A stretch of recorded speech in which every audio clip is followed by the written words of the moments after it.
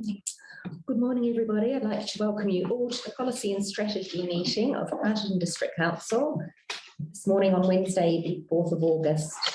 Before we start our meeting, I would like to take a minute's silence to acknowledge the sad passing of Mike Osborne last week. Mike, as we all know, is a stalwart of our Carterton community, and he will be sorely missed by so many people, and our thoughts go out to his partner, Anita.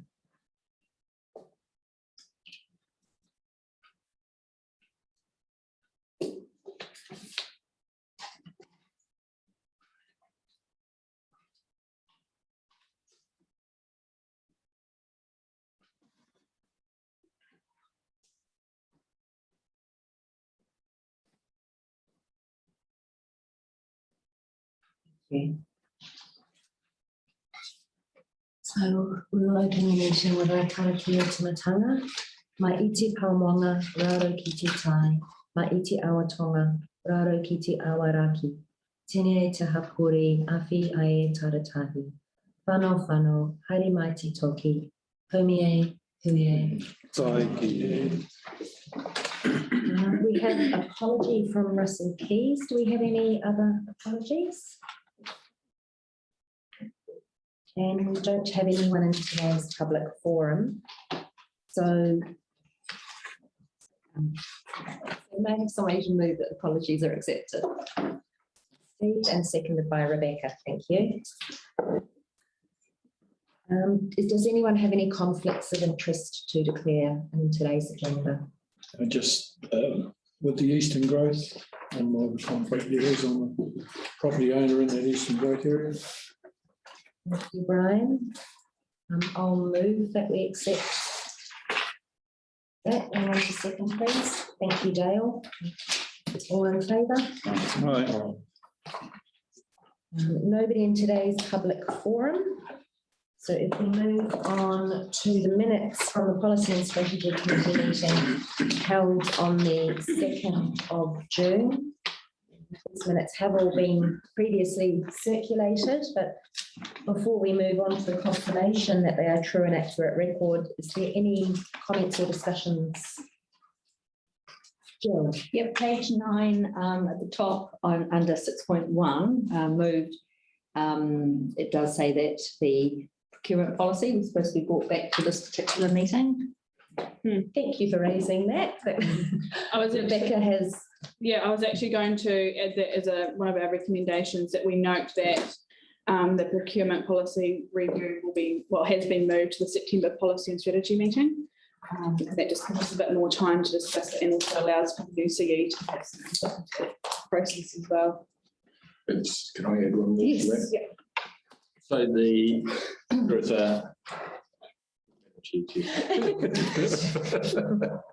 the review that was asked for about the clock tower and the wastewater projects is a draft report, or there's an agenda item on that for the Audit and Risk Committee, on the basis that the Audit and Risk Committee approves that, approves it as it stands. Then that work will also feed back into that procurement strategy as we discussed last round.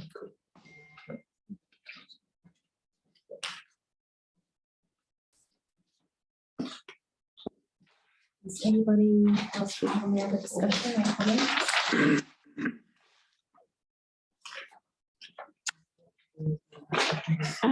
So I'm happy to move that the minutes of the policy and strategy are true and accurate, and two, that notes that the procurement policy review has been moved to September policy and strategy meeting. Got that, Greg? Got that. Thank you.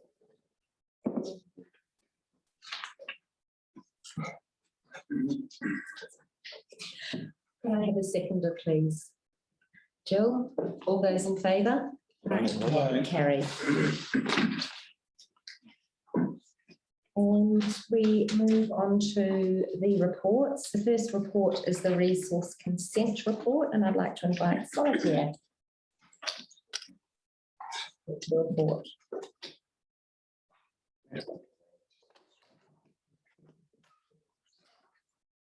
Good morning, Madam Chair, Your Worship, the Mayor, Deputy Mayor. This, as I always say, is my standard resource consent report on activities between one policy and strategy meeting and the next. And as always, I'm more than happy to answer questions on any of the consents that you might pick up on. Dale first. Just a question around property IDs for these. Like when the report comes in and we see the details and the basis of, there's no indication of where the property might be, like in terms of, I mean, these are all retrospective, they've been granted and so forth like that. It just would be interesting to know where they are in case we field inquiries and is that We can appropriate? certainly add that, but I'm more than happy if any elected member sees something in the report and would like to know some more details. But me an email and ask me more about It it. was more generics, just to get a feel of Yeah. where these are happening, which area of the community, and whether or not there's any thing that we might need to be aware of going forward in fielding inquiries and so forth. I mean, it's a good report, it's just I don't know where these properties are. And look, if it would work, I can put generic street addresses. Yeah, that's, yeah. If that's what the elected members would like, more than happy to put, for example, Broadway or Hughes Line or things like that, if that would, Yeah, that would be useful, I think. rather than individual specific Yeah, properties. makes sense. Yes. I shall amend that for the next. Thanks. report. Thank you. I mean, if all of these were in the same street, it would be useful to know that sort of thing. Particularly if I lived in the street. It shows some trends as well. Yeah. If there's more development happening, peri-urban or whatever. Yeah. Rob, Really question coming from my fact finder sort of things, just sort of involved in the district plan.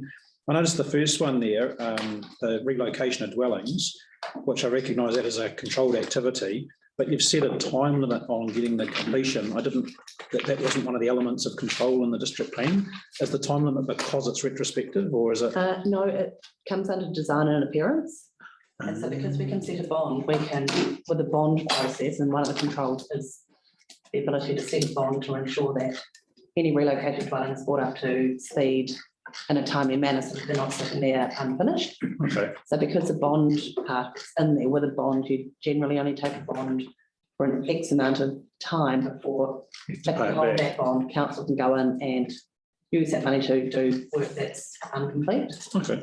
So that's how, with the relocated dwellings, we can put that time frame in, and that would reflect a bond.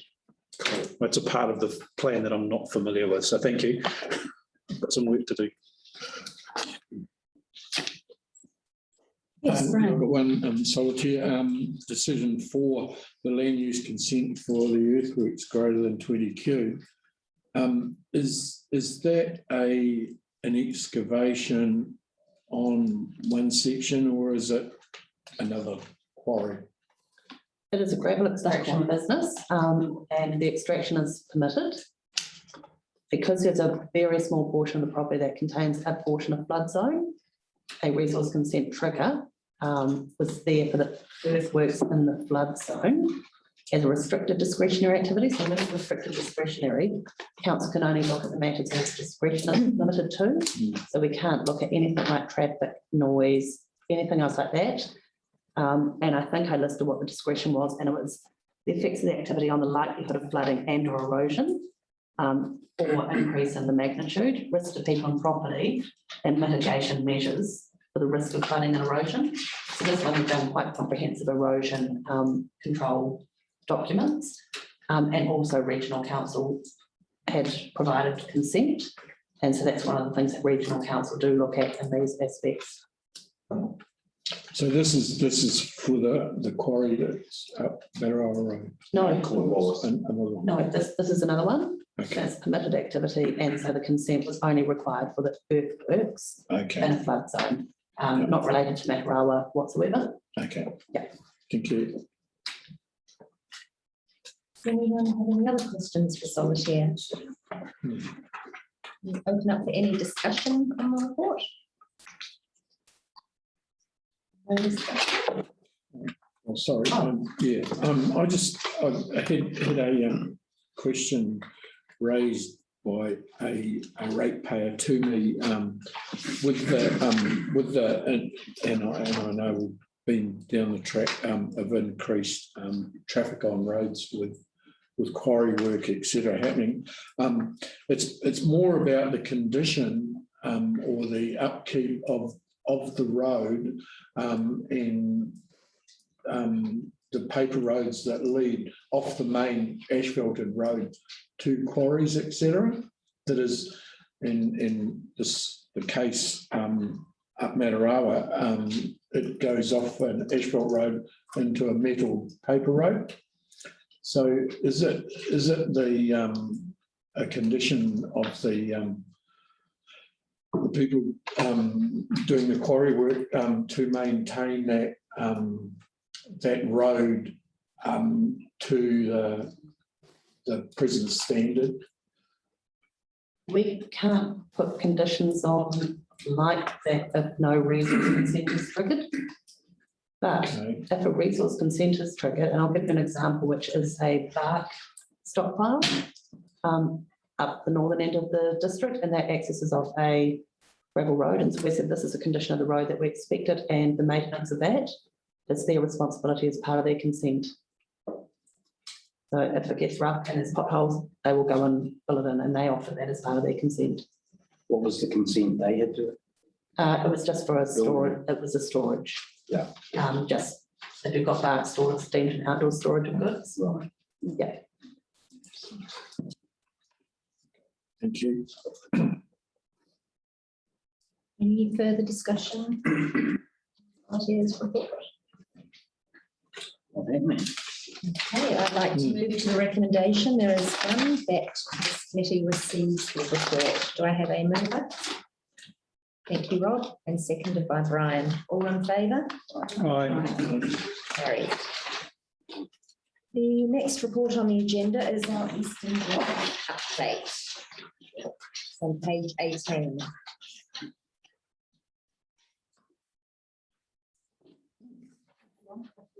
I haven't moved.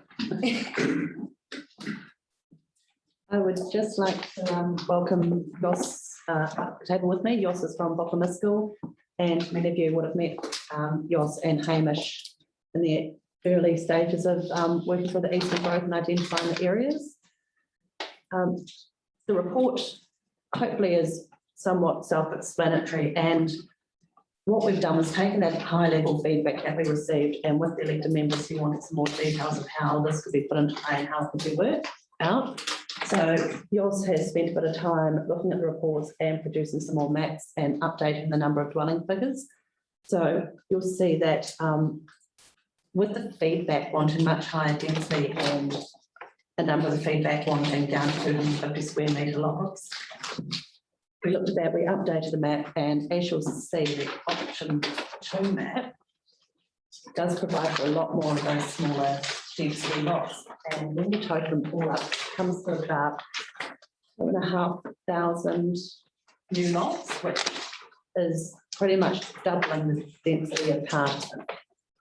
That in itself was quite a shock. So we've also then given you an option 3 where we've taken the density out to the other side of Rutland Road to try and bring down the number of lots within that development area.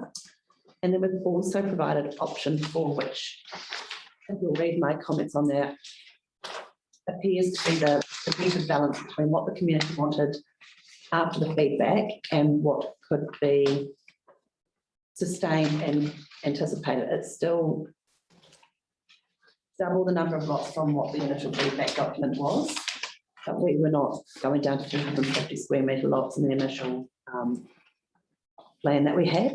So with this one, by insisting on an average amount over development, it will ensure that you probably get that mix of what you want of the smaller 250 lots to accommodate that, but then to offset it and to get the average, you'll have to have some that are larger.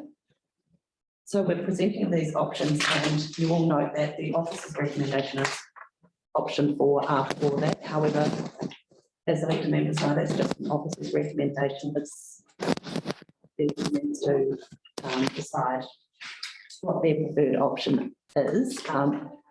I did note that I don't think we should be proceeding too much with that option one because the feedback asked us to do some changes.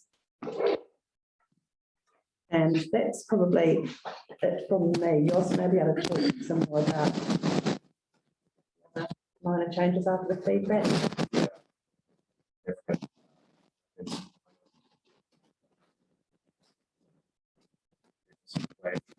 Maps are being shown. The offset from Booth Street was one that was quite significant in the option one that we had earlier, and that's been reduced now, so that also increases the number of properties, I suppose. But having said that, that's it's also the way how the maps are shown. So we've reduced the buffer in the different options, ranging from I think it was 100 meters in the first draft to 25 in option 4.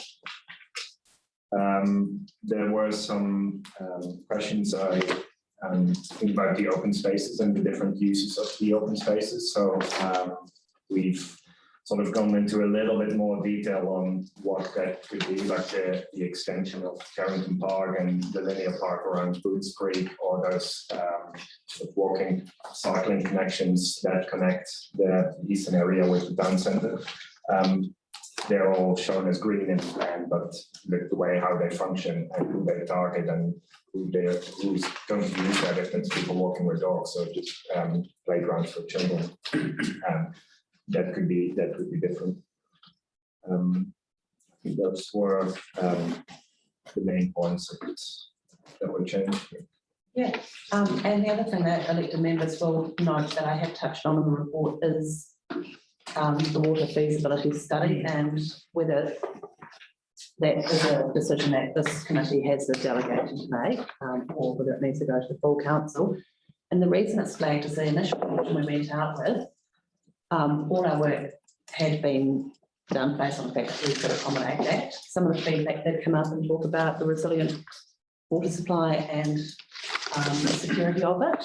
So the minute we put those numbers in of potential new dwellings and found that, you know, it had gone 5 times larger if we went to the purest of the feedback and then pulling it back to even double, we would be appreciating a steer on potentially bringing that investigative study forward before we went out there with any more work on this eastern growth plan, or if it's then just going to be how you manage that and allow the staging to happen. And that's one of the other things in that option 4 report.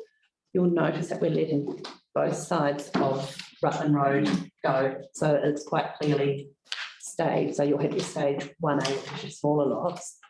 And then your stage 1B on the other side of Rutland Bend actually doesn't provide that buffer between high density residential and the rural, and working it in that linear fashion down the town, but it still doesn't preclude a comprehensive development and potentially a stage 3 area happening. That would be just that discussion on the engineering solutions to make that work at the time. So happy to answer questions, feedback. Yoss is here. We also have Tony sitting there, so if there's engineering questions that need answered that are outside my scope. So Jill, I think you have a hand up. Just two things. Clarification initially, just because I might have missed what you just said, but are you talking about options 3 and 4? They both have, you've increased the buffer on both sides of the stream, on Booth Creek. Yeah. So they're Reduced, I think, from 100 down to 25 metres. Yeah. Well, look at option 2. So option 1 was 100 metres, so the other options have reduced down to 25. Oh, option 2 is 10 metres. Yeah. And that option was a direct result of feedback requesting that the 100 metre buffer on Booth Creek be reduced down.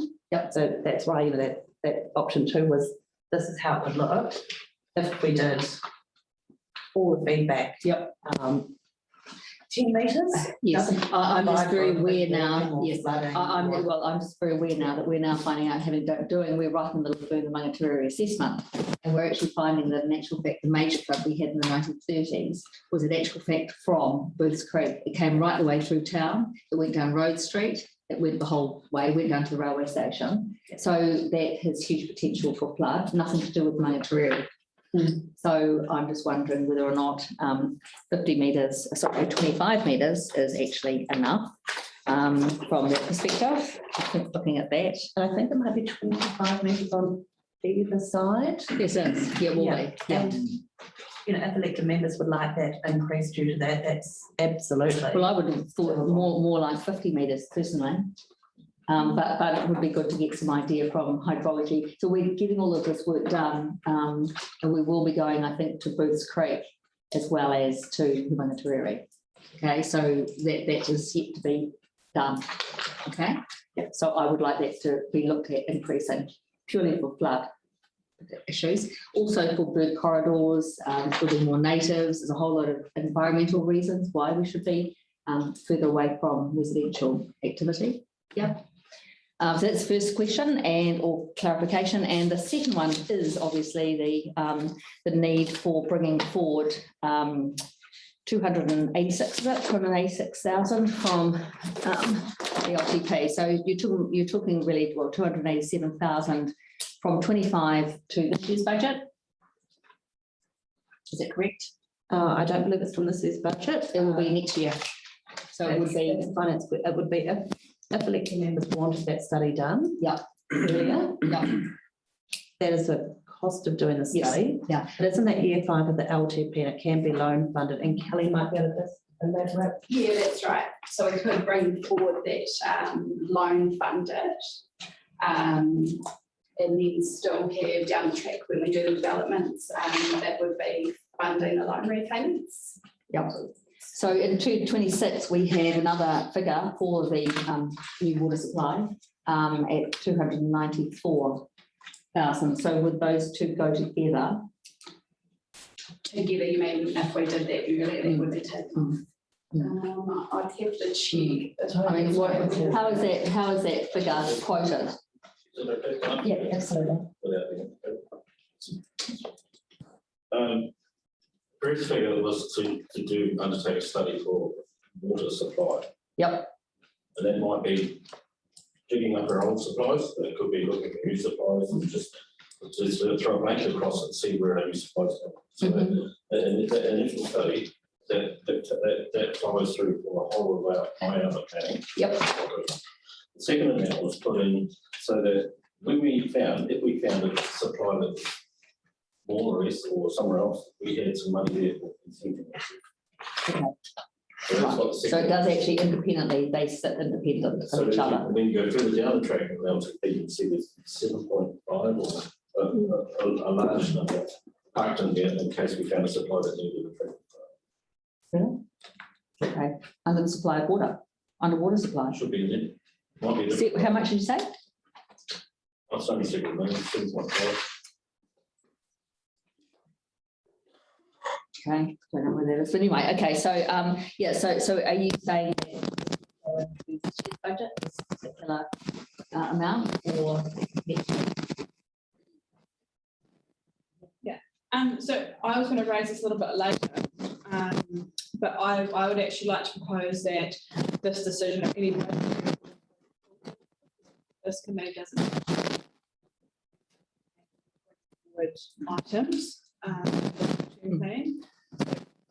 I would like to park that discussion back to council to our next council So meeting. that's on the 25th. If everything's ready. So really, we can't, so the delegations of this really means that we can't. So we will amend the recommendations. I've already made a note that would be, yeah, Through you, Madam Chair. Yes.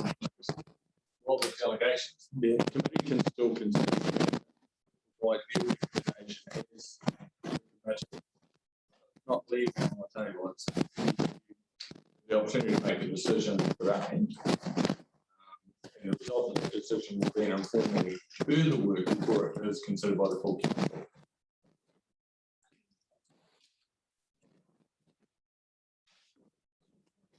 Well, I guess only relating to that, and that is that, we've got through the Three Waters reform coming along. And the idea is, what if we started to do work? Where would that leave us? We're actually to leave. The Three Waters reform occurs, and it is debt funded, the council will reimburse for that debt. Pay account operator, you do not have any debt, then you're not reimbursed. But the moral of the story is, whatever work you do on your Three Waters, your insurer is debt funded. Oh, okay. I'm just, if a new region, a new authority is created, then it's likely that they would do a much more of as opposed to.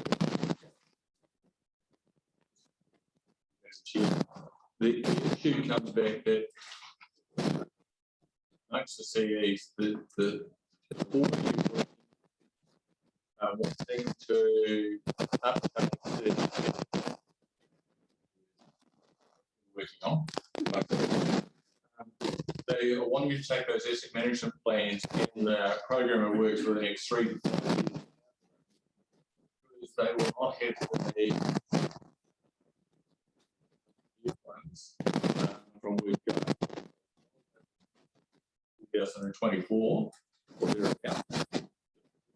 3 years, 2024 to 27 will be using the asset management plan of the underlying councils.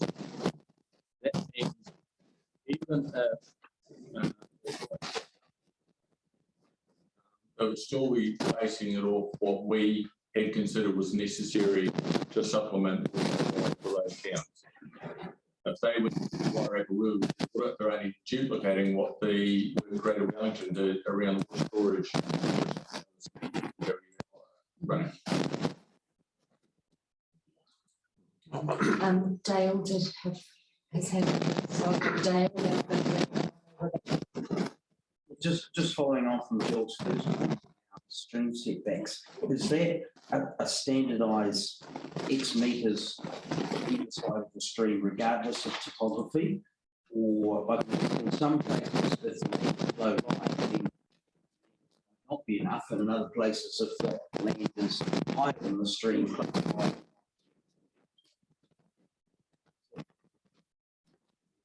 standardised metre rate. So it very much depends on the topography.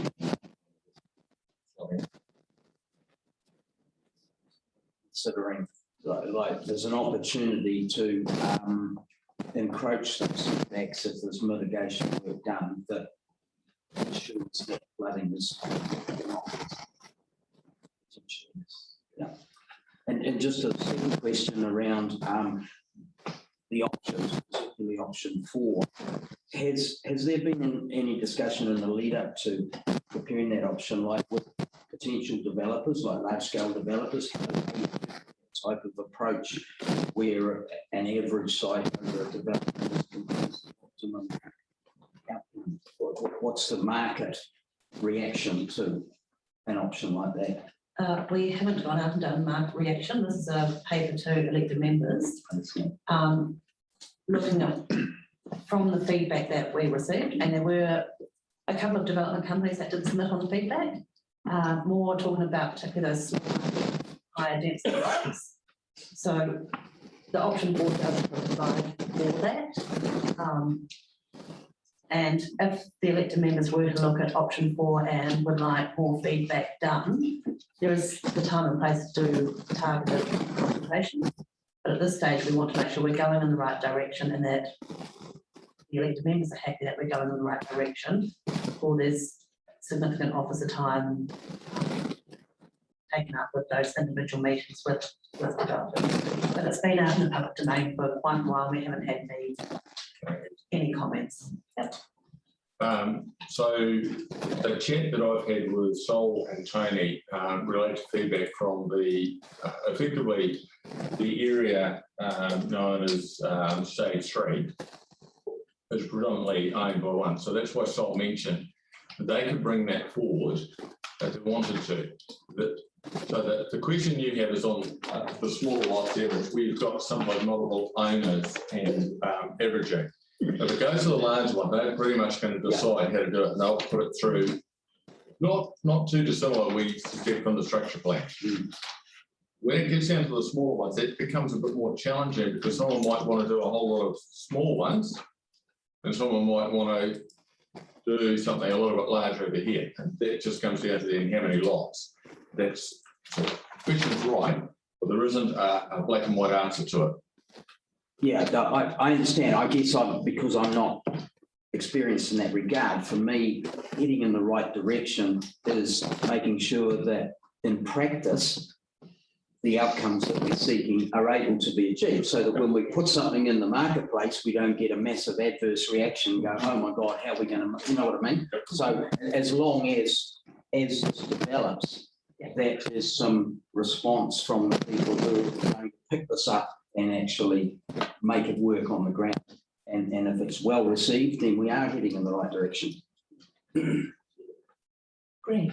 Yeah, I sort of follow up on Jill, but also Dale, and I'll just start with Dale. I certainly take your point, Dale, but at the end of the day, it's what we want for our community, and affordable housing is pushing us to, so lot sizes and that, and certainly the feeling I get, developers are quite excited by what they're hearing, and they'll work with what we want for our community in more ways than others, and that's different ways of looking at housing. Totally, yeah.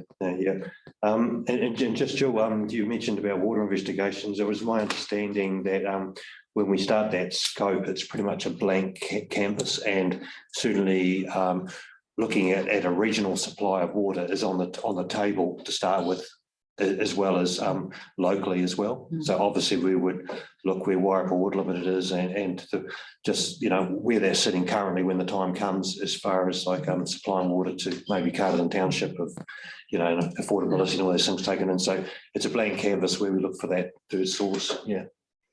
So yeah, that's just commenting on those two other commenters. Yeah. I'll just touch on a couple of things that Jill has already raised. I've got more questions later, but that's okay. So on that water supply report, or commissioning the report, do we have to do that full scope of work in order to proceed with this plan change? Might be a question for me. Or are we able to do part of it? So to answer part of that, the structure plan can go independent. The council can make its view known on this proposed structure plan independent of that. All Sol is saying is that a natural repercussion of this being accelerated is the infrastructure is going to be under a lot more stress. So the state, if this is a 25-year thing, for it to develop up to that, hey, you've got time. If this is suddenly picking up the mayor's comment, if there's a real push for getting 200, 300 small lot sizes, and they suddenly have 3 people in them, etc., then there's going to be a lot more demand on that infrastructure, and this need will come in quicker. But the bores could do a small section. It's just when you get this fully developed, the bore field may not be the best option. But the two follow, but they're not meshed. Yeah, because I guess where I'm coming from is we can identify that 500 extra lot sizes means it's going to have X effect on our water, yes, but it doesn't mean we still have to identify what the exact solution is, just at the time period by which we might need to identify it by. Sorry, I was just going to say it would be actually more prudent. I had a question wondering how long the report would take to complete. And wanted to say, that's where I'm coming from. Yeah. So the actual report, roughly how long would it take to complete? And also, I think this is really, really prudent to have this report done, whether we're going from 400, 500, 1,000 lot sizes. I think it's, for me, this is putting the horse before the cart, and it's actually enabling us to have that information to hand, so that actually any sort of developments that do occur, and as we know, the affordable housing is great. And to what Blair said, you know, if we have all of a sudden 200 or 300 smaller homes with 3 people in, that is going to put a huge impact, make a huge impact on our water supply. So if we know what this study says before the officers spend more time, we already heard in infrastructure and services that resources are low. We don't have a lot of people power. We also saw in infrastructure and services that a full year's worth of resource consents have come through in the first 6 months of this year. So that is quite a big indication for me. If I pick up the point, the logic on the water would be picking up first Tony's work, build the water model where the water is actually going, where the constraints are. You have Becca doing your expression of interest for the infrastructure acceleration fund, trying to get money from the government to build the trunk mains, etc., in the Eastern Growth Area. So that will go through before the end of August or whatever day we're required, day for that contract. Currently, the cut-off date. But it's so in August, we've got to submit that. Those two will go through the water study, how we're going to supply if this is fully utilised. If we had 400 lots uptaken, we're still looking 2-3 years out before that goes. And the bores that Dave has probably are not really going to struggle too much with that. It's the stream that struggles. And the work we're doing with WWL in the next year, which is already a paper you've approved, is around the options on supplementing that. So we've got some strands that will allow us to effectively proceed with the structure plan as recommended while that other work goes on. What Sol is suggesting is that it would be prudent, picking up your point, that we bring this, but the actual water study wouldn't take 6 months. The design around how you connect that water study into the system, then I can see taking 6 to 12 months around how to do it, where, what the link was. Because if you just do it on standalone, it's going to be way too costly to actually put in. If you manage to integrate it with other work you were doing, there's probably a, yeah, Dave? Yeah, there's probably a couple of different things. I'm sorry, I was late. So there's what's our water options of where to source that water, which we know it's coming. We've got a marker, sorry about these already good marker in 2028 in LTP for a new water source. We want to have a robust options analysis as to where that best source will be versus how can we get the most out of our existing water allocation and then into that system for delivery, and that's there's a couple of things going at the same time. And I think so I was suggesting that the options analysis of all this course have an idea of where it comes from before we start going down the line of then how do we get it, how do we pay for it, how do we feed it in, and what the best option is.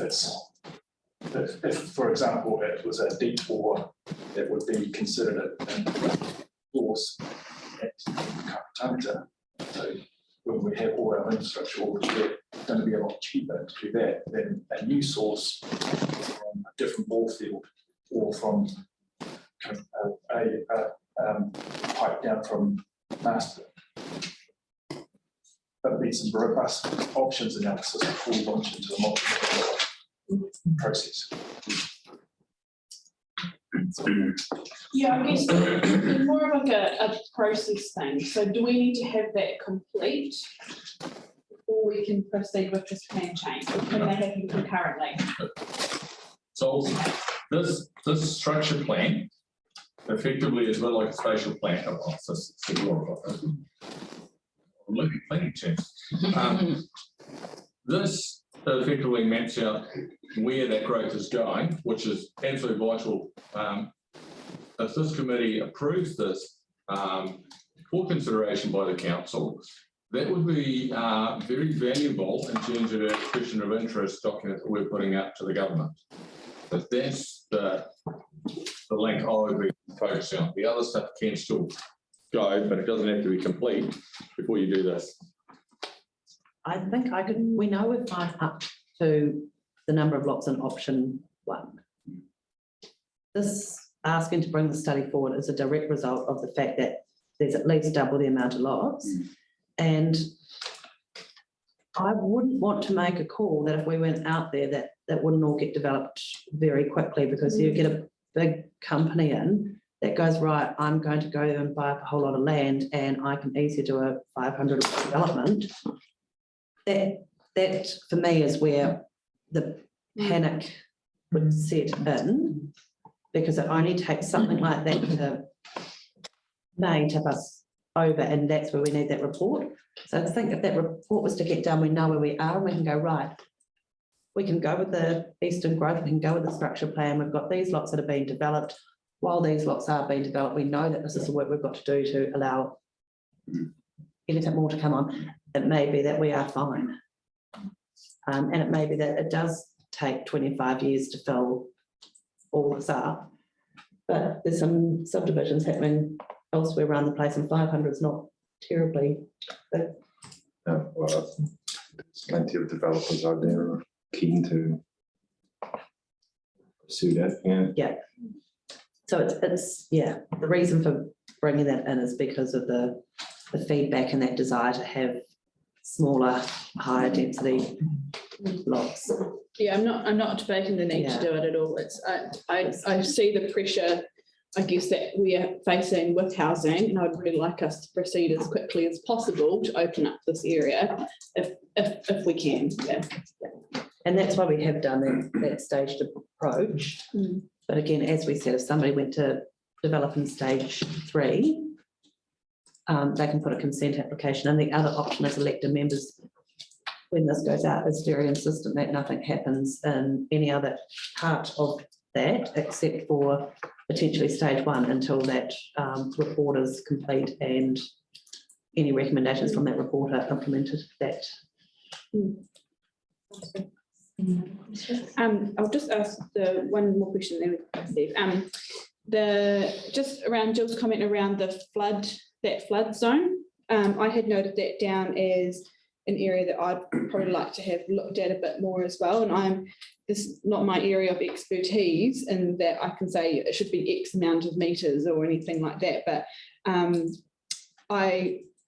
from an objectives point of view, I'd like it to be that we can use it as like a green space, the bird zone, whatever you call them, the flight path, and that it could be possibly a spill zone for floods as well. So as long as it meets those criteria, then I'm quite happy to whatever that figure is. Yeah. Cool. It's probably, I'd ask the committee if it is possible to give an indication of what sort of width they want with that, because while you can model it, it is often easier knowing, because it has a direct impact on the amount of area of land that is then left. In other words, what can't be developed on. So while we'll pick up the landscape, people often work on a figure. Is it 10? Is it 25? Is it 50? Is it 100? We went out with 100, and you got a strong pushback saying that it's a waste of land. If we go down to 10, then clearly some people have concerns it's getting too small. So a direction from the committee would be very useful. So then we can go back and say, well, obviously there's a few sections there where it'll be more than that. There's a few places here, but that's the nominal width of that green belt. What's common? What is there a, for a similar type of situation like this, is there a... Queenstown has Gorge Creek, and development can be right up beside it or further away. Lake Hayes, major stormwater through there. Again, it comes down to they're trying to do a fixed base, but they have clearly said housing is a critical issue. Yeah. They are not taking land out for potential. They'd rather work out a way of mitigating that. In other words, they'll do a risk profile as they step back, but they're saying land and putting the sections in, it's just pricing people out of the market, because if you knock out 100 sections along the length of that, that cost has got to be recouped somewhere else.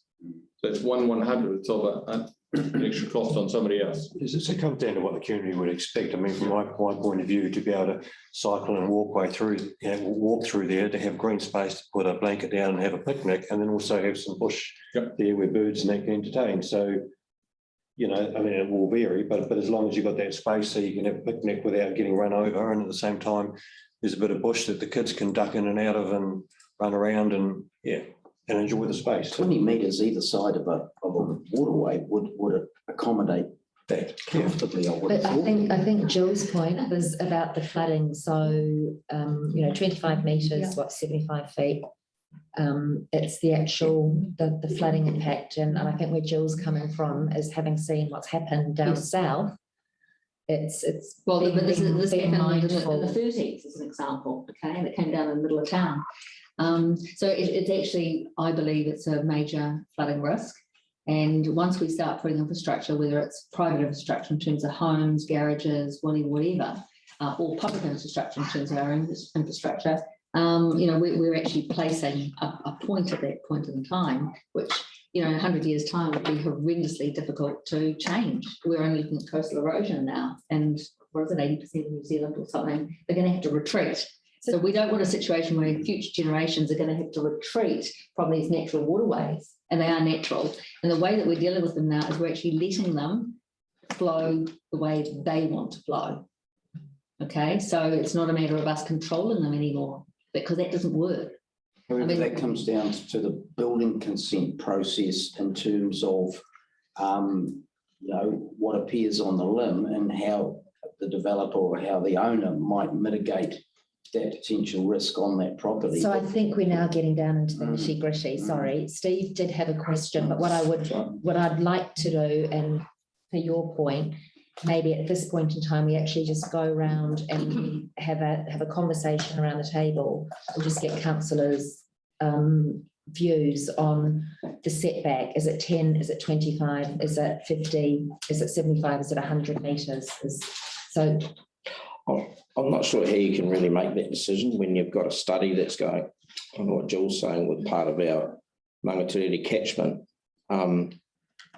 You can't really put a figure on what you want to allow when you've got no idea of the impact of how much a downpour might have on that. So, I mean, it's a bit difficult to go and throw 25 metres, 50 metres, 100 metres at it when you might need 500 metres. I don't know how you can do that without having that study done beforehand. But I mean, there could be mitigations that are done prior to the waterway coming into that area. I don't know, that could all be part of the study. There could be wetlands that take up a lot of that rainwater before it gets into town. So, and then that's going to be all part of the catchment policy or whatever that report that we provide at the end of all that. So I'm not sure how you can really put a figure on it until I kind of get. Yeah, the one thing I did, you know, and I fully support that, and we've had many discussions in the office about what extent should that buffer zone be. I would just like to point out that the figures that we were putting out was also, you know, potential flood risk around Booth Creek, but also for that green space, walking, cycling for the community and the linkages, because that's what people were wanting.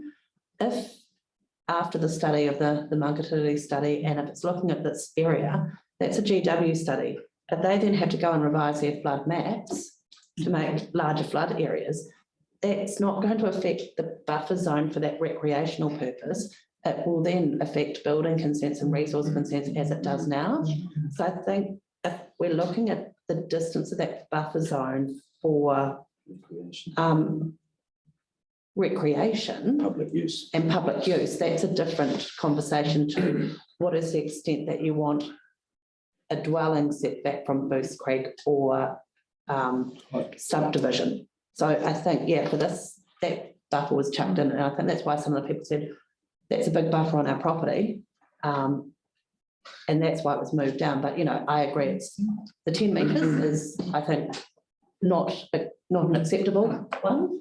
So it is that, but I think if we think about that identified buffer as the recreation green area, recognising that any underlying land could potentially be rezoned after that study, and that would restrict any risk to people and property by the building consent. You know, just, yeah.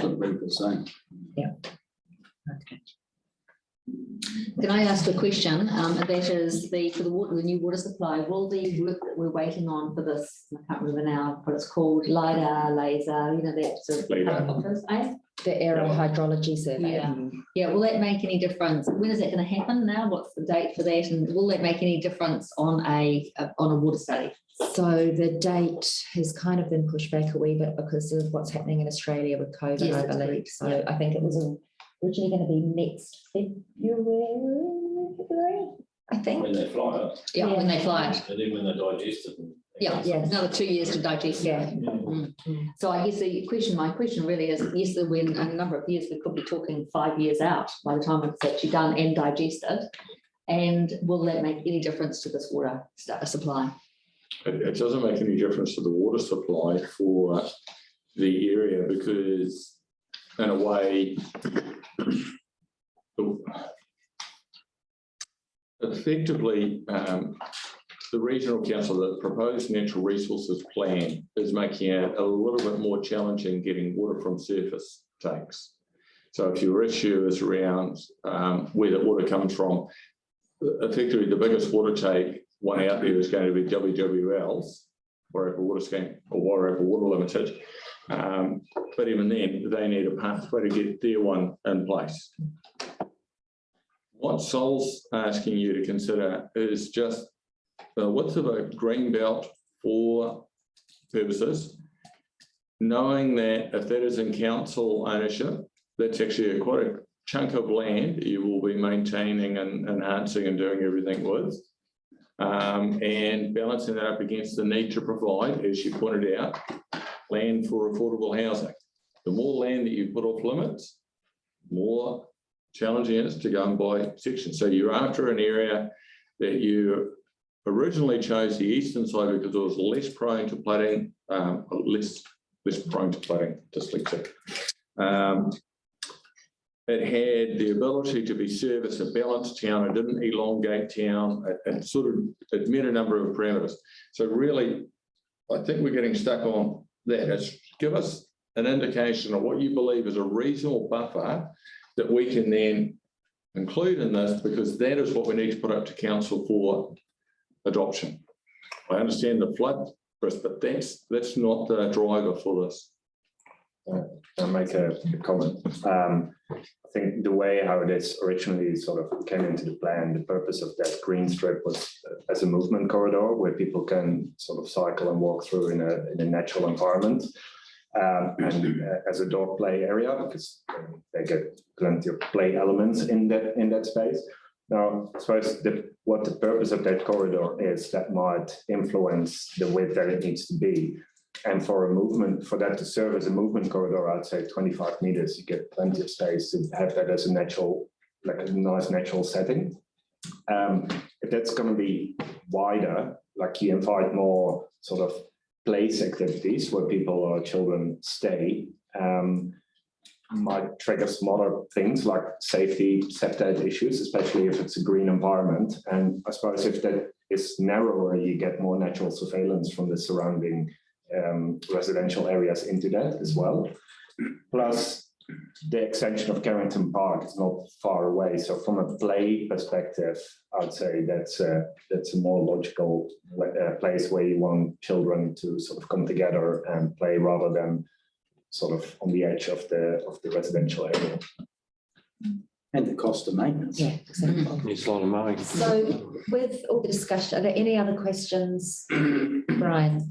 Yeah, on all these options here, and I'm putting my water race hat on here, there's a water race right down the full length of Rutland Road. There's no mention about anything happening with that. So I take it that it's going to be obviously in all the residential areas. So what's the plans for that? Is that going to be piped? Is it going to be rediverted?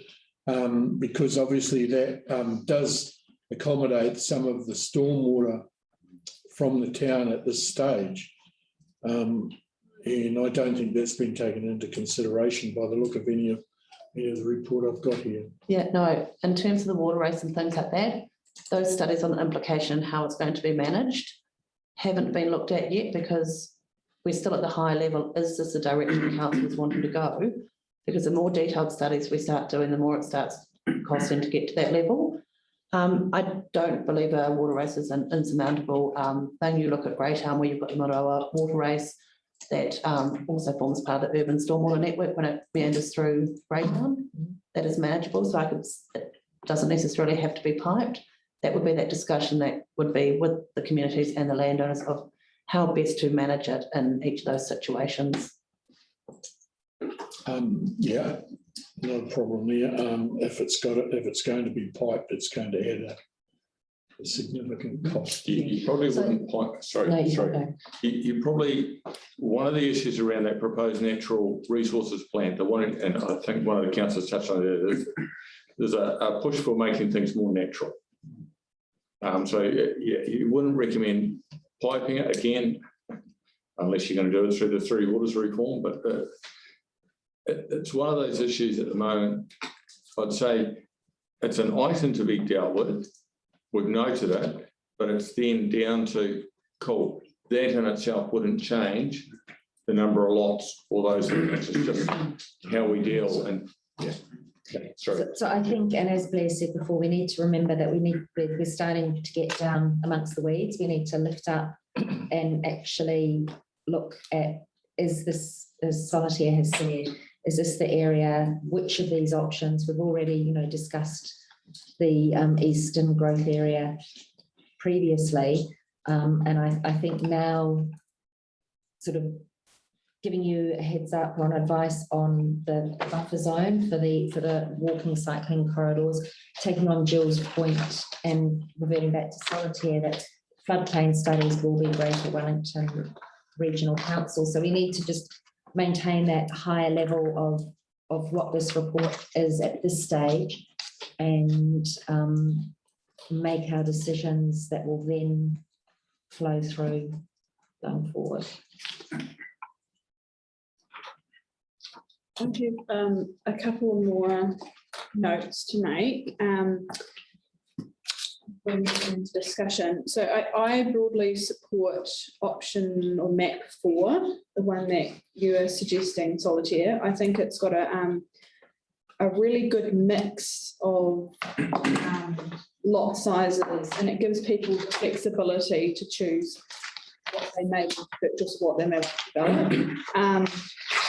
So I'm very supportive of that. I did have a couple of questions around some of the details, sorry, Robin, on the map, but I think they're relatively quick questions. Just on that map, there's number 1. You talk about map 4. Map 4, yes. I'm looking at page 28 of the agenda. Oh, hang on. Page 30, sorry. To make sure I'm looking at the right one now. So number 1, it says in the key, it says a mix of residential densities ranging from 250 to 2,000. Is that correct? So that's the one that's circled, not the 1A, 1Bs. Yes, correct. So, yeah, it also includes 3, which allows averaging 600. And then 3B, I think it encompasses the whole area because very minimum lot size over the entire eastern growth area is 250, okay. But then there's a 2,000s on the other side of Rutland Road, but that can be one that we can tidy up anyway. And we can just, rather than having a 1 in specific areas, it could just be an outline. So 1 is an outline saying over the whole eastern growth area, your minimum lots are ranging from 250 to 2,000. Okay, that does make a bit more sense. Yes. Cool. Second thing was, could we include the Eastern Shared Pathway, which runs from Rutland Road, south to north or north to south, on the western boundary of 3A? Can we include that as on in the one of the keys with the dotted lines? This has been discussed at Walking and Cycling Advisory Group, and I believe the recommendation from our last meeting, Rob may be able to correct me, was that we would like that indicated for on the map. Which, could you show us on the map with it? So the western boundary of 3A, Oh, are we talking where we were? Boundary of proposing? 3A. Yeah. Yeah, the back of South End, so there's School. yeah. back of South End School through there. It's a dotted line down. It's not on the. Yeah, but it's not, that's just the boundary. It's not actually a walking and cycling connection no, route. it's- In the middle of 3A, there's that green dotted line with an arrow going directly to the school. Yes, but That's it a would link, be, but you're not, yeah, I see what you mean. You're wanting a link to be able to get from there further From north up on that. south. yes, Yeah, north, south, yeah. yeah. Isn't that green, isn't that dotted line? No, I don't think it is, no. It's a boundary of the stage. Yeah, Oh, okay. So That's fine, we can add that in to provide that linkage. cool. That would be fantastic. The next question was, how are we going to ensure green space within stage 3? And I know earlier in the report, you've noted that any more playground growth would probably happen around Carrington Park, but I feel there's a need for more green space around 3A in that whole block, and how additional to that linear park, so within the actual subdivisions, and how are we going to allow for that, or should we be allowing for that? We could allow for it by using that average, because if you're going, your minimum lot size in that area is X amount of square metres, you have to average this. You could offset a reserve park, which is still deemed to be a lot and has its own size, that could offset to balance out that average. It's, yeah, it's,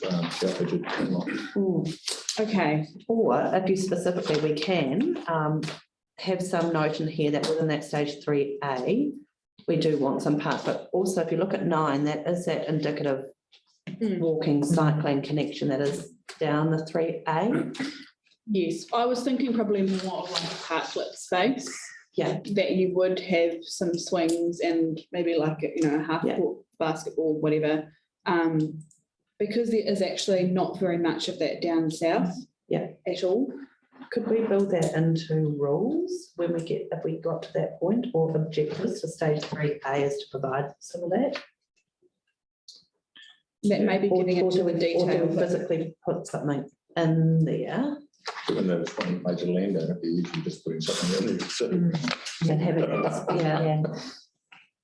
I suppose you want to, in that case, have some steer in the plan Yes. where that would sit. I just an indication that it's what's needed and see how they come up with proposals. Mm, I'm conscious that Jumbo Kinloch, when they developed that, they did put some of those green areas in, but some of them are actually just sections, and they use those sections virtually as either stormwater. Stormwater areas backing on to a park, but effectively when it wasn't raining, that was actually just a very shallow surface. It was great. Kids' balls always run back down to the bottom. But there's simple stuff they did there. yeah, it could be multi-purpose. Awesome. And then I guess my other question was, at what point do we specify, like get into the real nitty gritty, like height of buildings, road widths, and That's down in the weeds, that's not. is that, yeah, so at what point is that plan change? That's part of the plan change, because Okay, prior to cool. doing the plan change, you have to do your section 32 evaluations, which is your cost benefit analysis, similar to the dark skies, and then you'll start seeing what the draft objectives and policies and what the draft rules are looking like, because Okay. that then needs formal council sign off. And there's also the whole lot of the Schedule 1 process of consultation before, and I don't know what our timeframe would be on that one, Jos. Hamish would be leading that part of that process.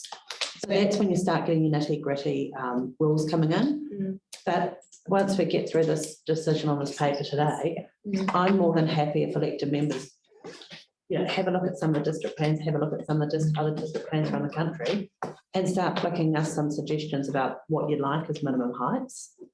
All those rules, because the more information we have that we can feed to Hamish and that when they start developing those objectives and policies, the better. I guess the reason for me asking is like allowing flexibility of dwelling types and ensuring that we've got space for public transport on the road and that sort of thing. Yeah. Okay, cool.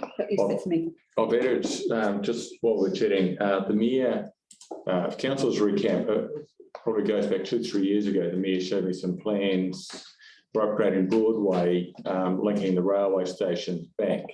And so I've just mentioned on the maps, one of those black lines will probably get, whether it's black or green, just elongated to connect up to the rail station, because if those plans do go through, that is the main link that people will use. So it's not just residential into the town centre, it's residential to that area. And just picking up on what Neil has just said, and this was a point that came across via Tony subsequent to the map coming out when he looked at it, was if you look at the Park Road, we've got the linkage unit into the town with the arrow, the black arrow. Tony did mention he'd like to see that black arrow going over to the east from Park Road, because, you know, if we start developing this area, that Park Road up to that Gladstone area, so just in that state, between that stage 1A and that 1B, that we treat that black line and what we want in there in a similar manner. Rather than just Rutland Road being that point, and anything on that side of it gets treated in this style and anything on that side of it doesn't. So it's just to ensure that we've got that continuity. So as we go around, have you finished? I'm just conscious of time, and Yes. we're only on item 2 of the agenda. Yes. Steve. I'm in favour of option 4. I think it's great. I'm just wondering, for a small amount of change, adding a few more sections, I'm wondering whether we can go down, lower that 2,000 metre square down to 1,000. Yeah. Just for a small, you would add another 177 sections. But I'm just dubious about having 2,000 metre squared sections as town properties as such. I think 1,000 square metres is big enough for people to look after if on the edge of town. I don't know, just something for. I guess it goes from 250 up to 2,000. So with the buffer between town and the rural, maybe it might just allow some people to have on eastern side of Rutland Road more opportunities to have sort of maybe tiny little lifestyle blocks or something. Yeah, I mean, the blocks on the very outskirts, they could obviously be bigger the way that it gets subdivided. I'm just thinking to make real good use of that, all that new infrastructure we're putting in there for a small amount of sections, you could make quite a number of those ones that are closer to Rutland, 1,000 metres. Maybe you could do that on stage 1, for example, and give options for other stages. Because you look at Carrington Drive, it's all half acre, 2,000 metre sections. So clearly there's people that want those, not a farm, but not a small block. But I take your point, it's a lot more sellable sections in the market, doesn't it? Thanks, Steve. Greg. Yeah, no, I really like option 4, and with the emphasis on diversity and density is the key. And I sort of support Steve and what he's saying about I think like 2,500 acres is too big for in town. But if we're going to do that, we also need to look at how we cater across the district for those who want a lifestyle block but don't want 10 acres, they want an acre, So not included with town. So that's a question for another day. But yeah, this is great work, and it's great to get to the stage, and I'm really looking forward to making progress here. So when we go around, can you just, thank you, just reiterate, so for the buffer zone, bearing in mind we're talking about the green buffer zone as recreational. So quickly go back to Rebecca. 25 inside. Is that just on the southern side of Booth Creek, and is the cleaning of the creek going to be done on the northern side? Because within that corridor, is that going to allow for cleaning with a digger or whatever it needs to happen to clean it out? This is all of the green open spaces. So we Clean that. It's a string. It's a string. Greater Wellington will work out how to. The amount of, the buffer zone we're talking about is whatever the figure is both sides, like, so if it's 10 metres, then it's 10 either side, making it 20 plus the width of the street. And also, we're not just talking about East Creek here as well. We're talking about the other buffer zones as well, aren't we? As well, the other green spaces or not? Just to clarify. No, that was only for booths. Only for booths. Okay, cool. 24. Okay, Yeah, 20 or 25, yeah. Rob, Yeah, I'm happy with, I mean, 25 seems ample space for a recreational zone, noting that the flooding issue is a separate issue and can be dealt with through other levers. Yeah, I'm comfortable with that, and I'm comfortable with option 4 being put forward to the council for adoption. Option 4, definitely.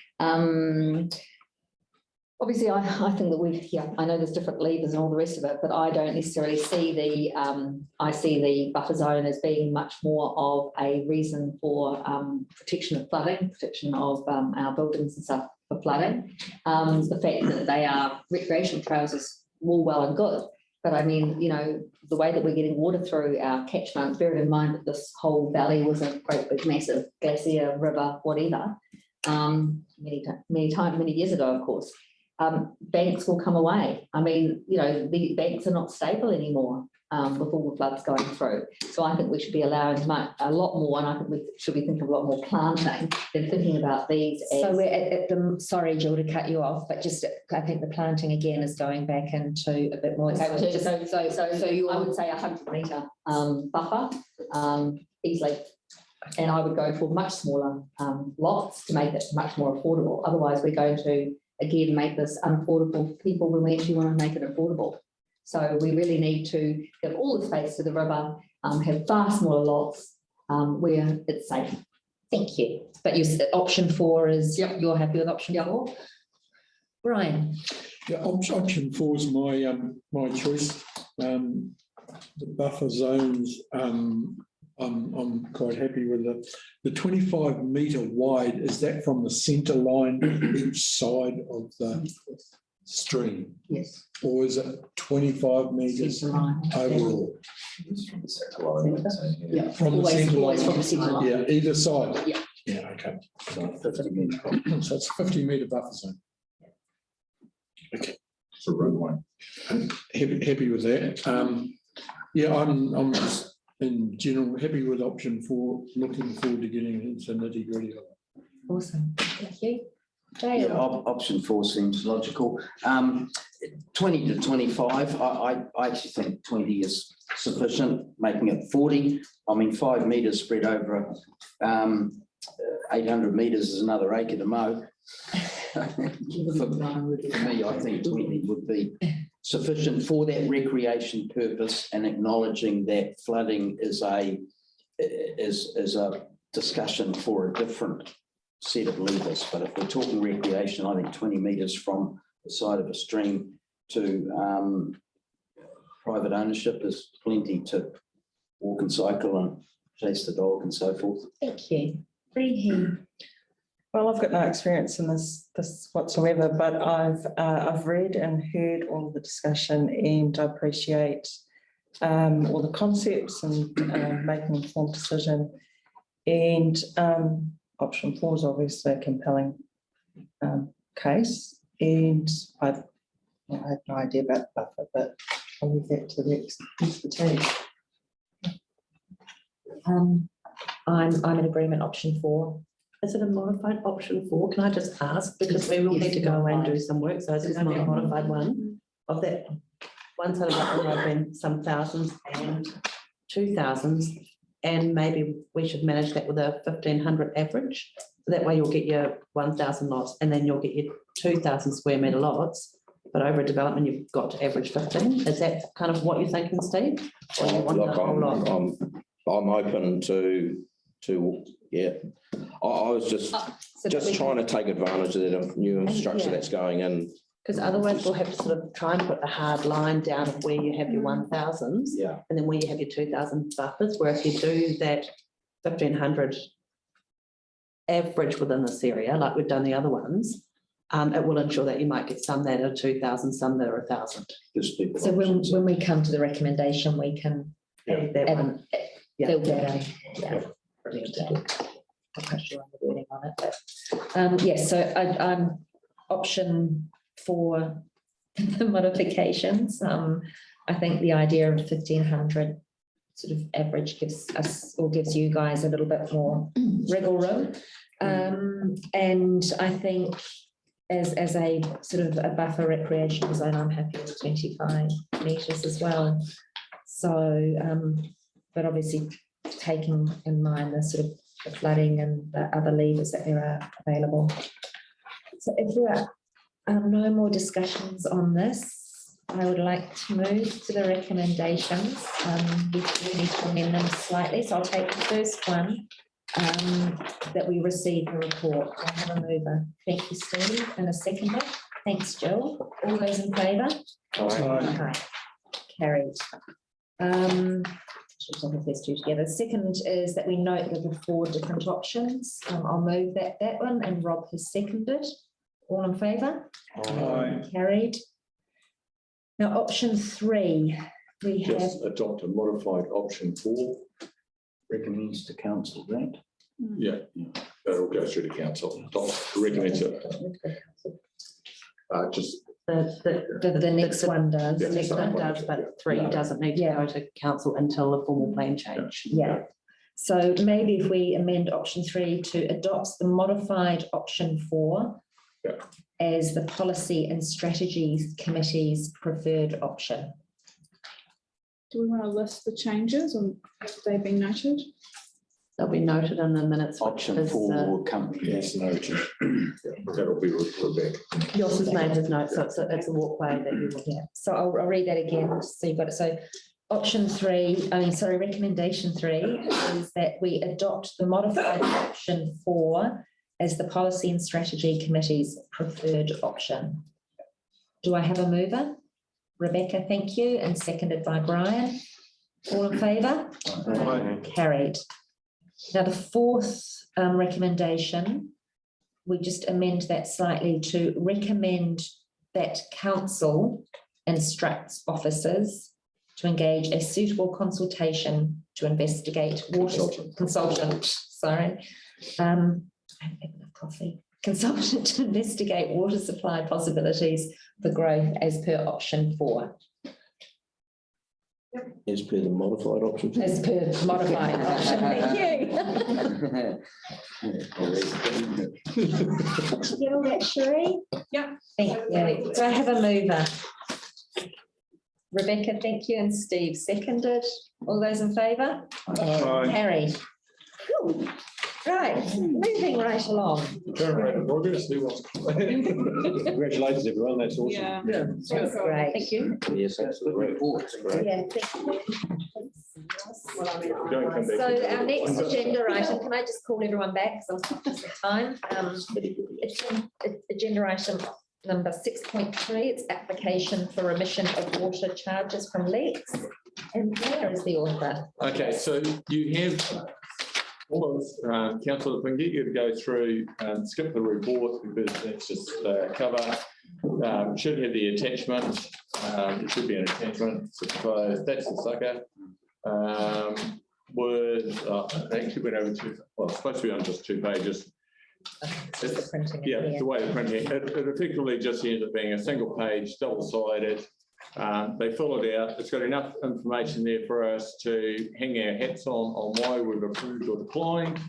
And it has delegated limit there as to whether or not it comes to this committee or whether it is decided by officers. Nothing further. Yeah, sorry. Yeah, so I know Brian was involved in the dust suppression one. So Blair and I have been chatting about this and thinking just about the best way to approach this, and we've also discussed this in a workshop. So for me, the main items of discussion need to be how often should someone be eligible to apply for a water leak remission.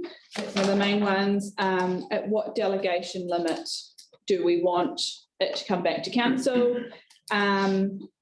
And I think that was the two main ones.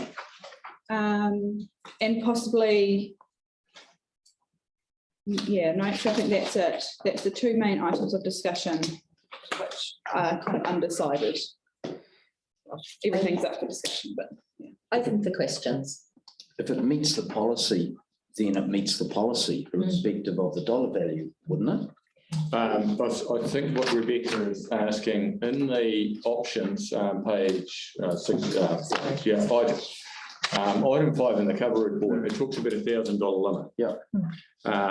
Now we could sign off more than that, suggesting if you want to have 2,000, but it's trying to balance the fact that this is still a charge on an individual. So at a certain point, staff can write off penalties, they can write off, but it'd be rare to write off $1,000 worth of penalty. It's not a penalty. It's actually, they've incurred. The councils incur the cost to send the water through. It's just hasn't been used for that purpose. So we picked $1,000, but I'm not sure whether it's my old role, $2,000 will be seen as normal. But again, it comes down to what the council wants. So 1,000 is balancing. A number of these are only 40 odd bucks. They just won't even make it here. They'll just be noted. What's the limit you want? What's our current limit? 2,000. 2,000. Okay, that's what I thought. Yes. I put a delegation for up to 2,000. Yeah.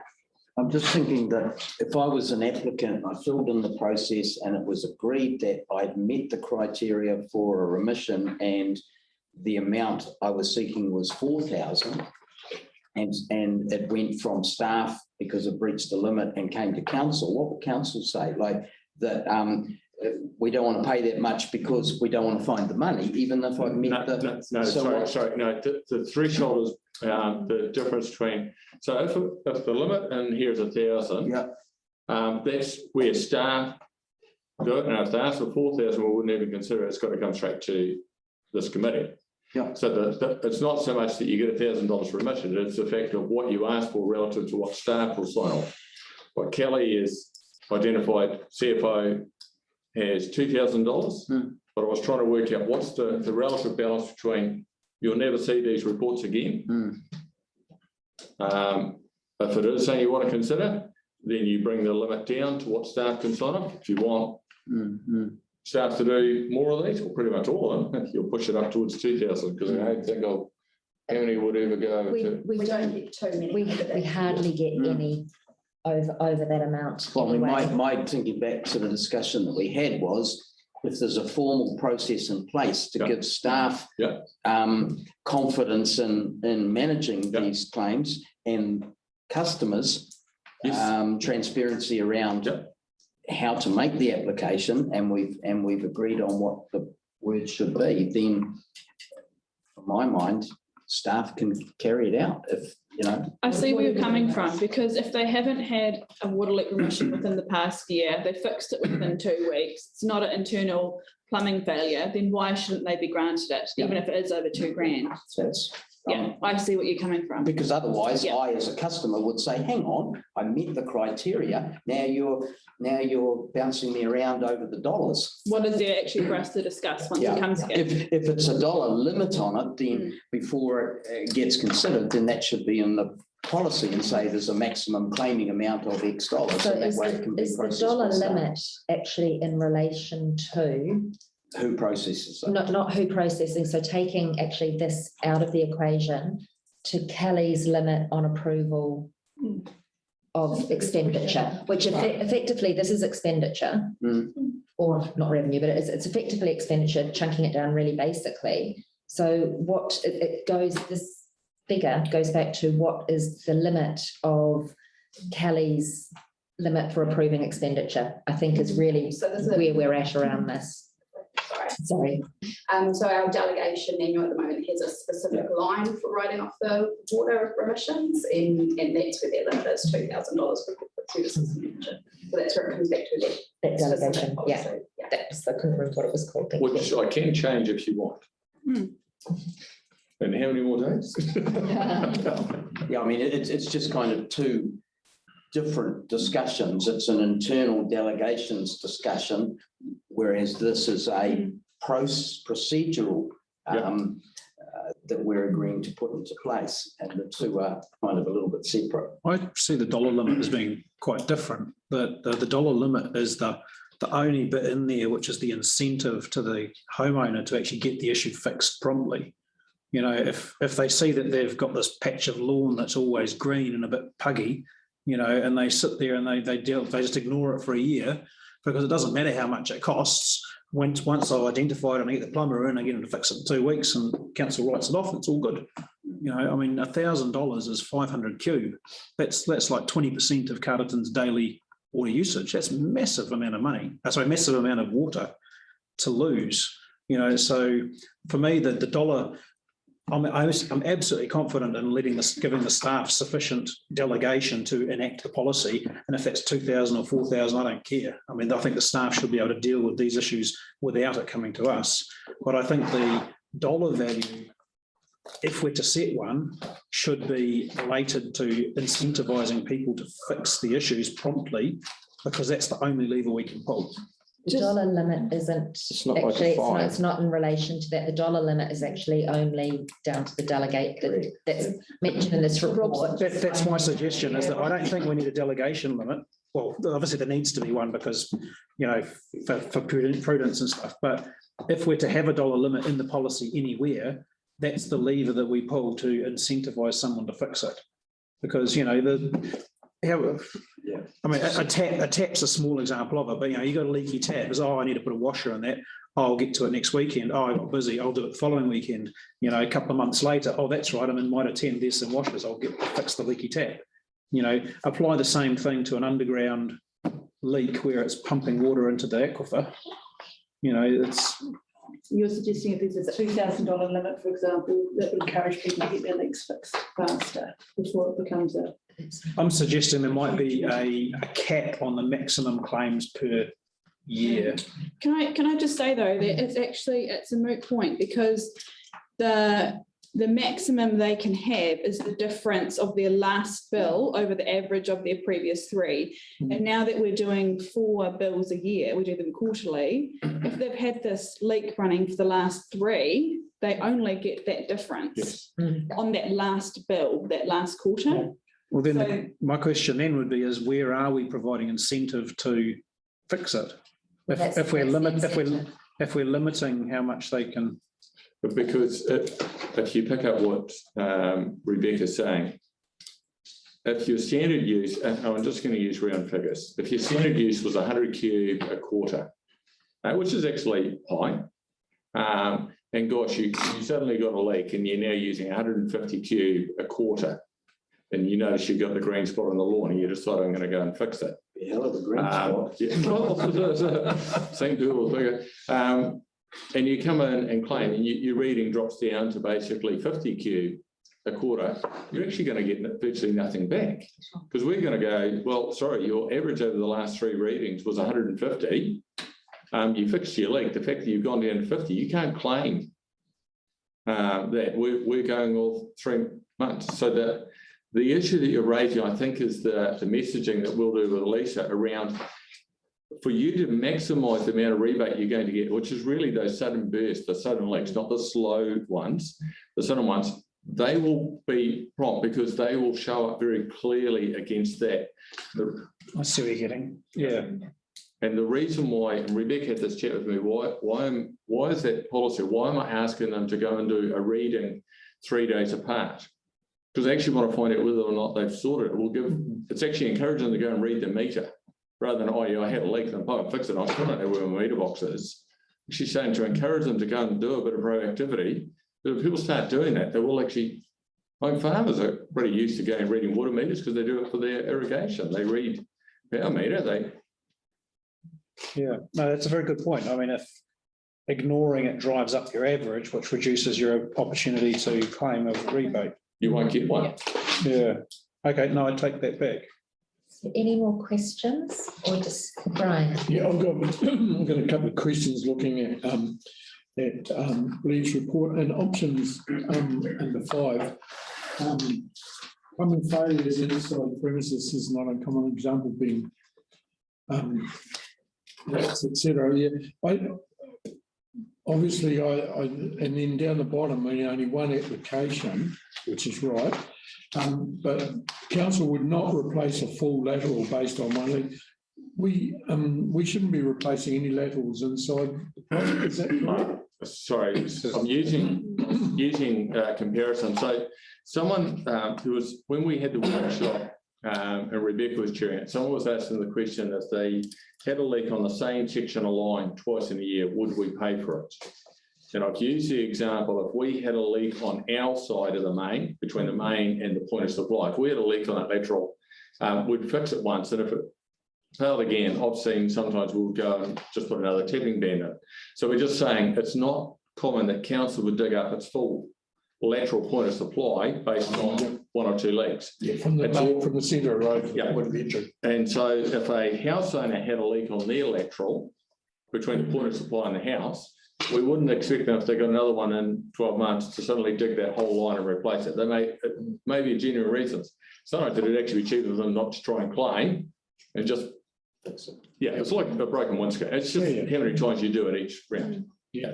The way I read it was that we were sort of opening ourselves up yes, sorry, to replacing laterals inside the building. No. Trying to compare what council would do in the same situation. So what about where we had it? I think the example that was brought up previously in the workshop was around, it was an old failing pipe which kept breaking. Whereas, the plumber would have looked at it and said, you really need to dig this up and replace it. The customer might have said, I can't afford that right now, just patch it. Yeah, it's like that they would very quickly show up, because it'd be the same problem, same issue, and the plumber would generally say, hey, yeah, screw it. And their average would be going up. Yeah, and we'd be saying, yeah, sorry guys, no joy. Yeah. Any other questions? Any further discussion? The only point we need to really know is what is the financial limit you want on this account? Dale's question. And how often? So that's the other thing, is how often should someone be able to? It says it like once a year, or if there's suitable reasons, we'll consider it. If it's not heavy, they can, because councillors, recall that any member of public unhappy with a staff decision can ask for it to be reviewed by the council. It's the way the delegations work. So, that in mind, Rebecca. I think once a year is far too much. I think, I would probably like to see it maybe twice in 5 years, that we would consider a rebate like that. And I think if someone's coming back every single year with more pipe failures, they should be replacing their whole pipe. So that's my personal opinion on that. The other one, just a couple of comments. Could we add in the link to the page on how to read your meter? The website, just under that. That's a good point. Sorry. But I think other than that, I'm happy with that. And 1,000, 2,000, no limit. I feel like if they meet the other criteria of the policy, they should just be granted it. But I'm happy to probably bring it up to like 5K. Yeah. I would, the comment I would give council is often, this is a little like sensitive expenditure. There's a certain point where we've got to do it. If I was in Kelly's role, it was over $2,000 for the time taken to put it up to you guys and have the discussion. I'd actually just bounce it up just to see what because that would influence. And that would also then pick up reviews. Because one of the key things with this policy is that leave it in place for a year, see what happens, if people come back, and then modify it from there. But what are we going to be discussing when it comes here? Whether or not you're willing to write off that or amount up to whatever they're asking. Effectively, once we get over $2,000, that's actually, although it may only happen once, it's a level at which the difference between this is not budget. I'll shift tact. A set of the wastewater pond fails, and we need some aerators. I just say we need the aerators. Go and do it, and we'll work out that with the council later. But this here is not an emergency. It's not here now. The council has the discretion to write off that. And I would rather, once we start getting over that $2,000, as Rob said, that's a serious amount of water to have to go. And it generally takes a while to get through $2,000 worth of water. 1,000 cube over 3 months. But then we should just be writing in our policy that we won't consider anything over that amount. Not necessarily. There may be a genuine reason that I think people need to be able to come to council and talk, but I'm just saying at $2,000, it's of an amount that I'm up to $2,000, very comfortable, that in order to say, why have you written these off? That, as you point out, we've got a paper trail, we've got everything there. It's just the threshold at which I think staff can legitimately put something out to council and say, this committee here, what's the wisdom of councillors on this matter, as opposed to someone saying, well, I'm not happy. Because if you chip it at 5, you can. Or just going, what is the It's limit? our opportunity as a Yes. council to discuss with the applicant and satisfy ourselves that their application is genuine, and that, you know, if there's other things that we might know, because, yeah, it's an extraordinary amount of water. There would have to be an extenuating circumstance that the person should have to explain to us that what they've written in the application, they've actually done, you know, met all of the, yeah, I see where you're coming from, Blair. But again, we would have to have genuine reason not to accept a claim larger than 2,000, because if we've satisfied ourselves the person has met all the criteria, then. So again, I think we probably need to move the discussion on a little bit. We've still got a bit to get through on the agenda. So Dale, seeing you've got the I'm talking okay with stick, 2,000. so 2,000 and 2,000 once a limit. year, Pardon? once a year, sort of every Well, 12 just coming months. back to what Blair just said, I think if we put it down to review this in 12 months and see, I mean, what's the worst that can happen? Because we're only going to get one application. And we'll just determine the scope of it at that stage. And the other or thing even too, which has been discussed as well for us to be mindful of, that they're looking back, we will be looking back at their last 3 bills. So if they had a water leak within 12 months, then that bill is going to be part of their 3-month billing. So actually the difference, so that's just something to bear in mind. Yeah. Brian, we'll go to you. 2K and once a year. Fantastic. Jill. 2K once a year. Right. Rihi, sorry. Yeah, I'm happy with it. 2K once a year. Steve. Don't know. Greg. Yep. So. Rob. I just, was that to know, or? I wasn't sleeping.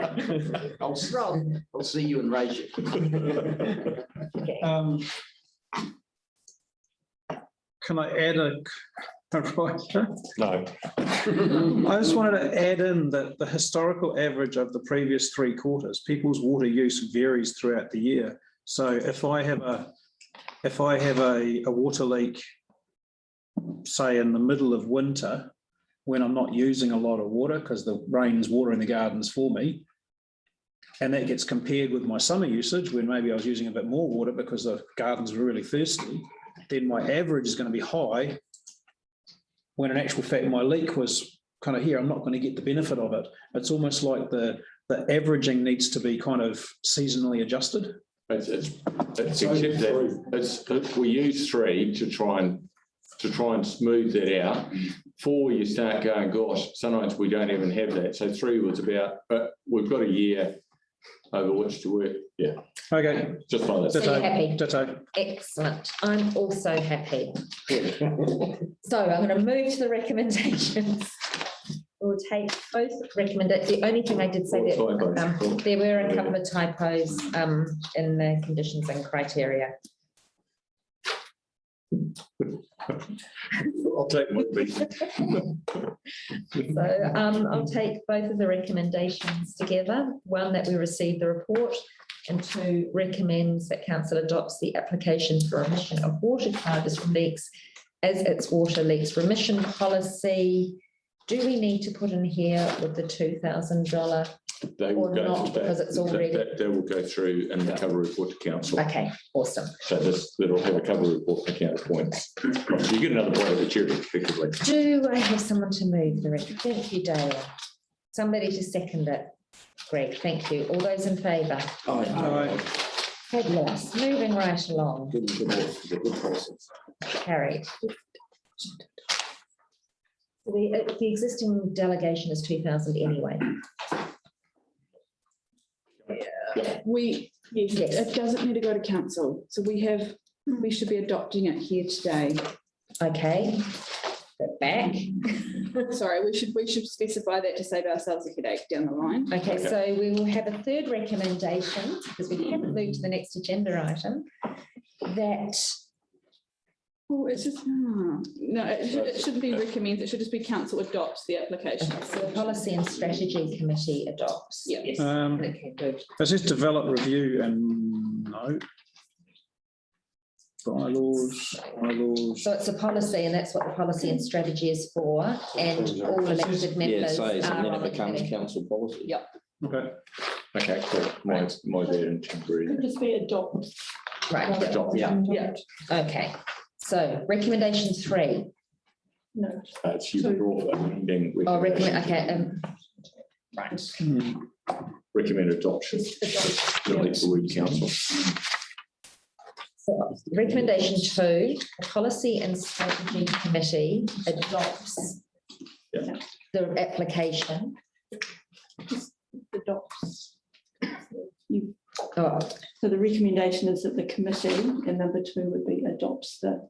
Application for Adopts the- remission as council for leaks as remission. And council's I'm happy with water that. leaks remission policy. Yeah. Here we go. So instead of that, it says councils. Yeah. Got some reference. Okay.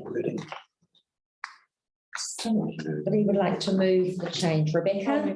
I'll second it. All in favour? Right. Carried. Thank If you did want recommendation 3 while you're on there, sorry, Madam Chair, that it comes back for review in 12 months.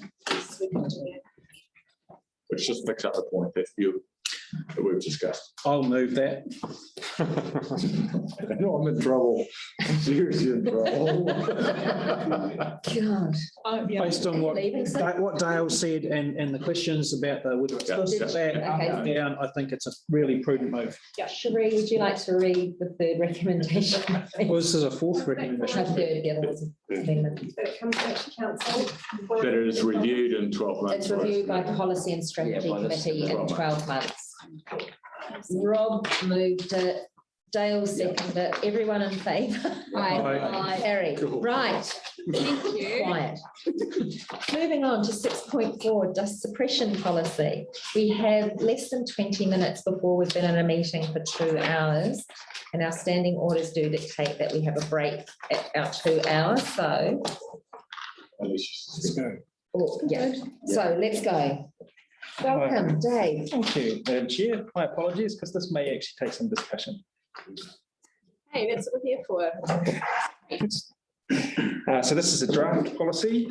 There's been a couple of members of policy and strategy that have had some input into it, but we want to develop further and for discussion amongst committee members.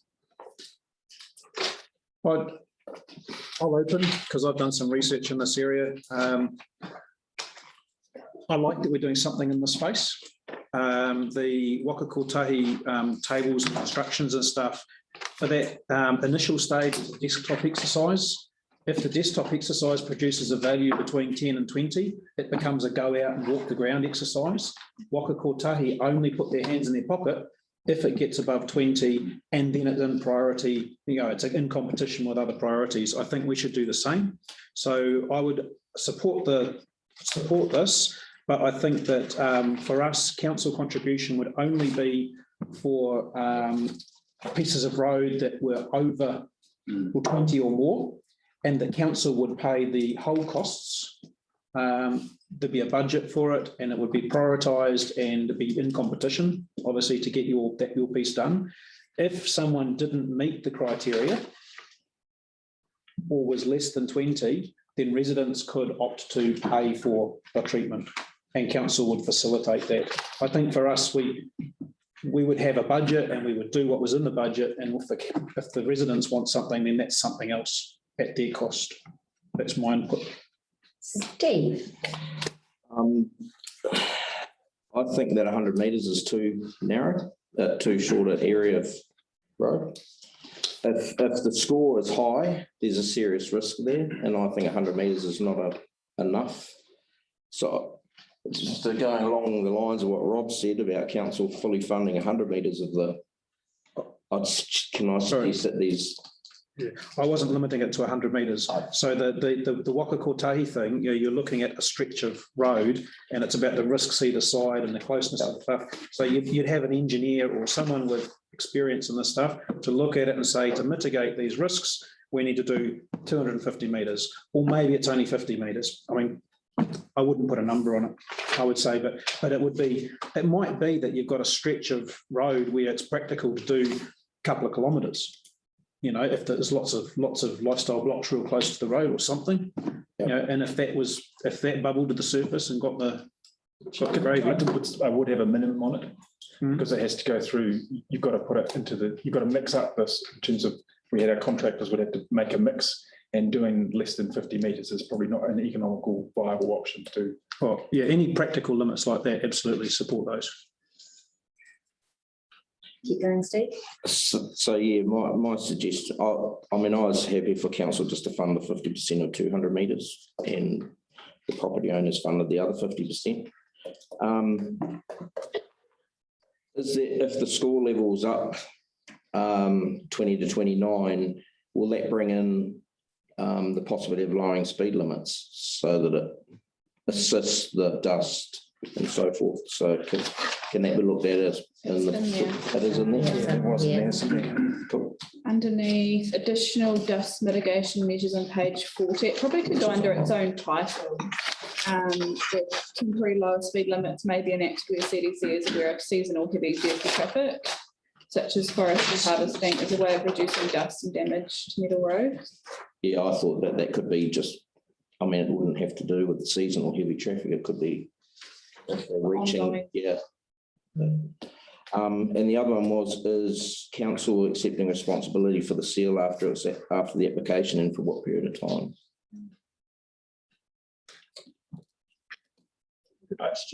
I'm assuming this is ongoing. If it was a dust it's a seasonal issue. It's a seasonal thing, so the dust's an issue through the summer months. But if it was a health issue, then during those seasons, then forevermore.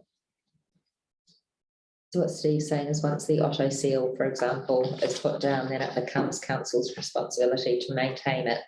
No, because it's a temporary What's council's application. responsibility to maintain gravel roads and grade them? So would that not be the same? Come under the road maintenance contract work. Yeah, I mean, this should be part of that overall roading program discussion we've had, because obviously this is going to inform our thinking around, seal extensions or mitigating ongoing dust suppression. Because, well, Tom's not here, he's just left, but once this gets out that we have a dust suppression policy, we're likely to get a lot of applications from people that our team will have to deal with and go out and ground truth and all of this stuff and factor it through the policy that we now have. So yeah, it's likely to be an extra workload on our team, and I would like to think an ongoing dust suppression is a relatively temporary measure for us to consider in the overall, because you have a gravel road a long way from the next gravel road. It costs a lot of money to drive a grader and all of this sort of stuff that should form our medium to long-term vision on some of our roads. Well, the Waka Kotahi thing doesn't consider that there's already dust suppression stuff there. So if you put the otter seal on 1 year, then the following year, if the same roadside conditions exist and it's still a gravel road, it would score the same high, and so you'd end up with it in the prioritisation mix, competing again at that same level. So you could well end up doing the same ones year on year if you set a physical budget for it. There's going to be some roads where people are more concerned about dust and more active in making their views known, and other roads won't, and so forth. So, you know, potentially, once you have a policy, that then gives legitimacy to carrying it out. So the otter seal is supposed to last for about 5 to 7 years. Is that correct? Can go longer. It depends. It's not Depends on the it's not conditions. permanent, but it can go for a lot longer. Depends on traffic.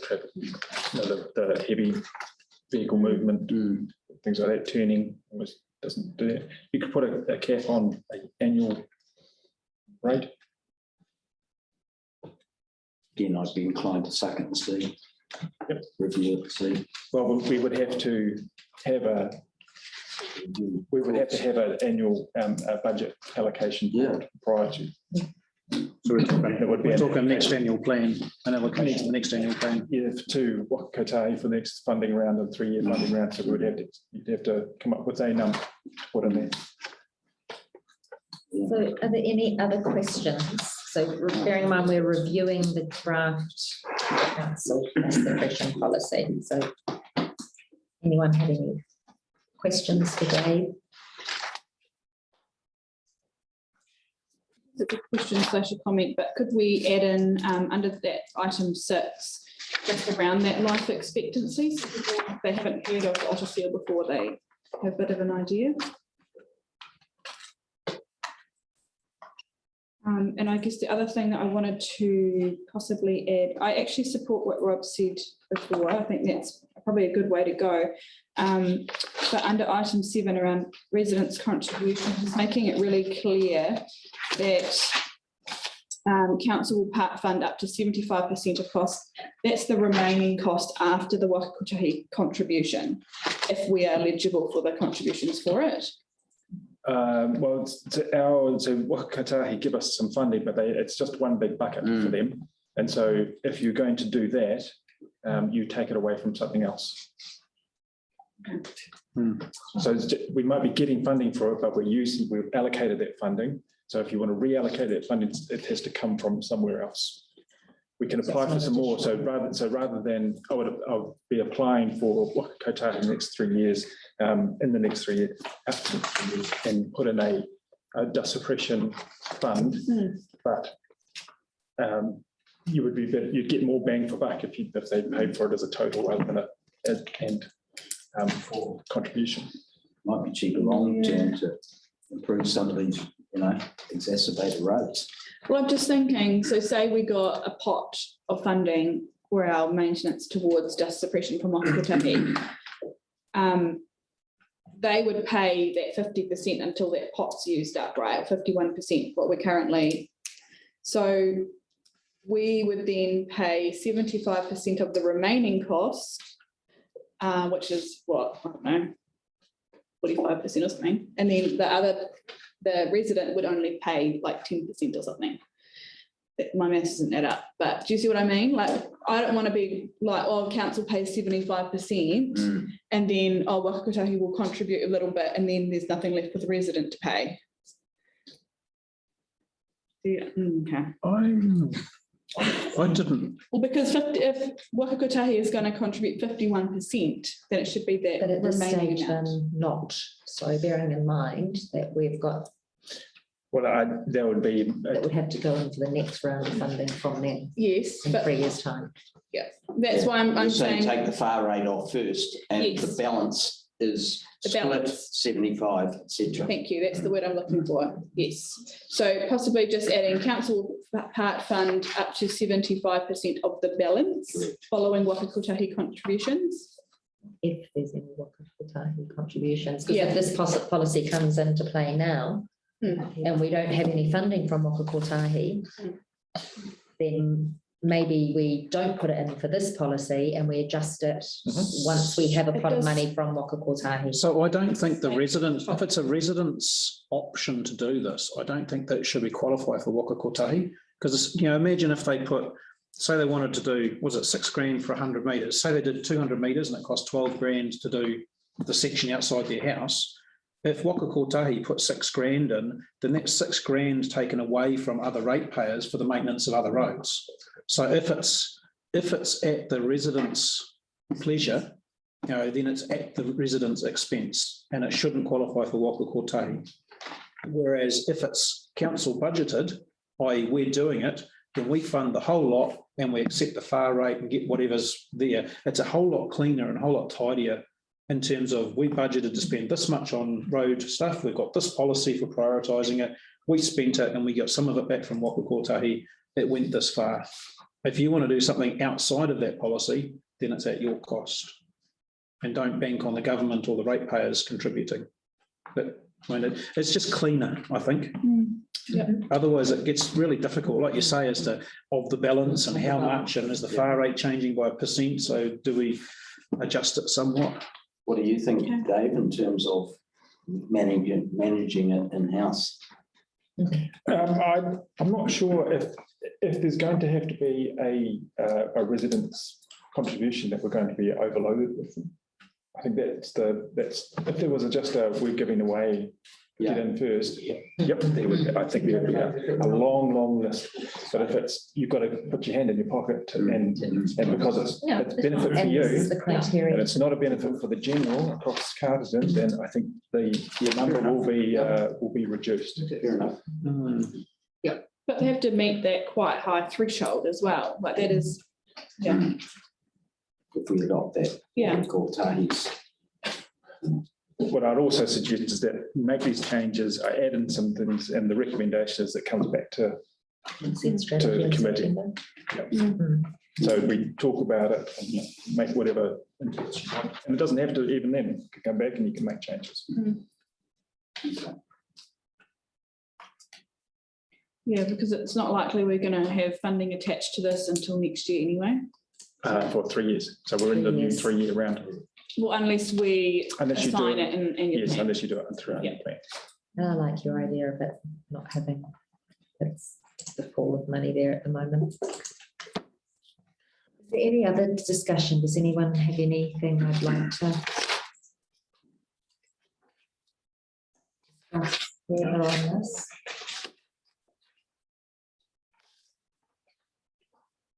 So you're talking about the link that we would seal. Did we want to include some words around that? Do you have enough to go on? Could do, or we could. There was another option, but just thinking of that council would supply X number of dollars towards the seal. Yeah, and then they can decide how far it goes. Yeah. One very narrow, there's a challenge with that though. They go narrow and apply that on the sides and we get some of the maintenance headaches. Yeah, I think before you do this, I mean, you've got to get the drainage right and you've got to get the grading right, and then you put on the ceiling. I think it's like the last policy, we put it into place as simple as possible and rewrite it. So this now, Dave, will go away and rejig with the councillors that were involved, I'm guessing, in creating it thus far. And then it will come back to the September policy and strategy. Whenever you, yes. Is that sufficient time? And then we can have another review of it then? September. Or as long as the key councillor involved was available. No, well, the thing is I'm happy for this to take whatever shape it's going to take following this discussion, because I wasn't really sure where the rest of the councillors would land. So I think once we've incorporated some of the feedback, we'd be ready to adopt the next meeting. Awesome. So it can go ahead. You can put it on. I mean, we'll bring it back. Yeah. So at this stage it can. So I'll take the two recommendations. No, because we're going to. So it's not because accepted. No, I was going to amend the second one. Okay, sorry. I was just going to get in there first before you have to amend an amendment. So the first one is receives the report, and then the second recommendation is agree to. Actually, I think acceptance of a dust suppression policy as per this report with amendments. Acceptance of a draft. Acceptance of a draft. Yeah. Of a draft dust suppression. Yeah. And you can just add in notes that we bring it back to the next meeting. Yeah, and note that the report will come, the policy, sorry, not report, will come back for adoption at the Policy and Strategy Committee on the 27th of September. Yep. Whatever date it is in September. Do I have anyone to move that? Dale, and seconded by Brian. All in favour? Carried. Thank you. Thanks, Dave. Thank you. Quick strip. So I'll just, we have 3 more reports on the agenda, so we'll just adjourn the meeting for 5 minutes so we can have a bit of a leg stretch. Okay, welcome back after our brief 5-minute adjournment. And we are to 6.5 on the agenda. The development of a Wairarapa combined smoke-free policy. Over to you, Mr. Gittings. Thank you, Chair. Madam Chair. So this is more for your information. We do have a current smoke-free policy that is due for renewal and needs a reasonable amount of work to actually bring it up to a standard. And this is a good opportunity for all 3 councils to work together across the district and have a combined smoke-free policy. And I've just we've just initiated it, so it's early days, but there is a project plan and an idea of where we're heading with that. So this is more for your information than anything else. Any questions? Thank you, Dave. No question. Any discussion? The only thing I'd raise is mention in there the e-cigarettes and vaping, as there's no real stats around anything really, other than that it's out there. I mean, is the intention of these sort of policies over time for smoke-free to include artificial inhaling devices, or you think it's aimed specifically at nicotine and the other stuff is too hard basket? What do you? No, vaping's already in the act. It's already there. Yep. Okay. Since I read it. Because the vaping does include nicotine. Not all vaping. Yeah, it would be very hard to. Yeah, that's the thing. Yeah. To distinguish. Yeah. November 11th, 2020. Smoke-free environments regulated products, vaping Amendment Act. There's a lot to go yet, and there'll be consultation, development, and come back. It'll go through the Wairarapa Policy Working Group. It's proposed to go through the Wairarapa Policy Working Group and then eventually come back to each council for adoption. I think it's great having something consistent across the Wairarapa. Yeah, very supportive. It's good that the councils are working together on this, absolutely. So if there's no further discussion, I shall move to the recommendations. There's 3. I shall take them together. We received the report, that we note that the Wairarapa Policy Working Group will be called upon to develop the policy.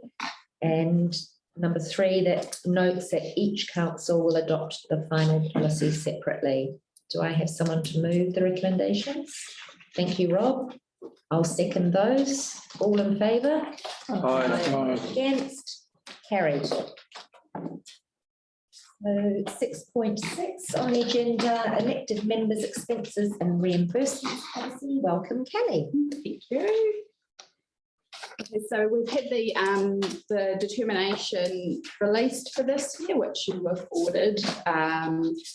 And part of the determination, it outlines of your remuneration, but also the allowances. And we do have a specific policy around elected members' allowances. So this report notes the key changes to those allowances for this year and the updates to the policy, or the new policy that we would be adopting. So I had seen a report, there was a recommendation that the committee, I guess, recommends that the council adopts the report, but from what I've read earlier, perhaps the committee actually can adopt. But so, if there's any questions or comments? questions for Kerry? Only to note really that this is not a cost to the ratepayer as such, is it? This is money that we are legislated to spend on ourselves. Which is the Effectively. cost of the rate. But it is a cost to the ratepayer, but we can't choose not to spend it. Yes, so we can choose not to receive it. We can donate it to somebody if we choose to. Yeah, or we don't.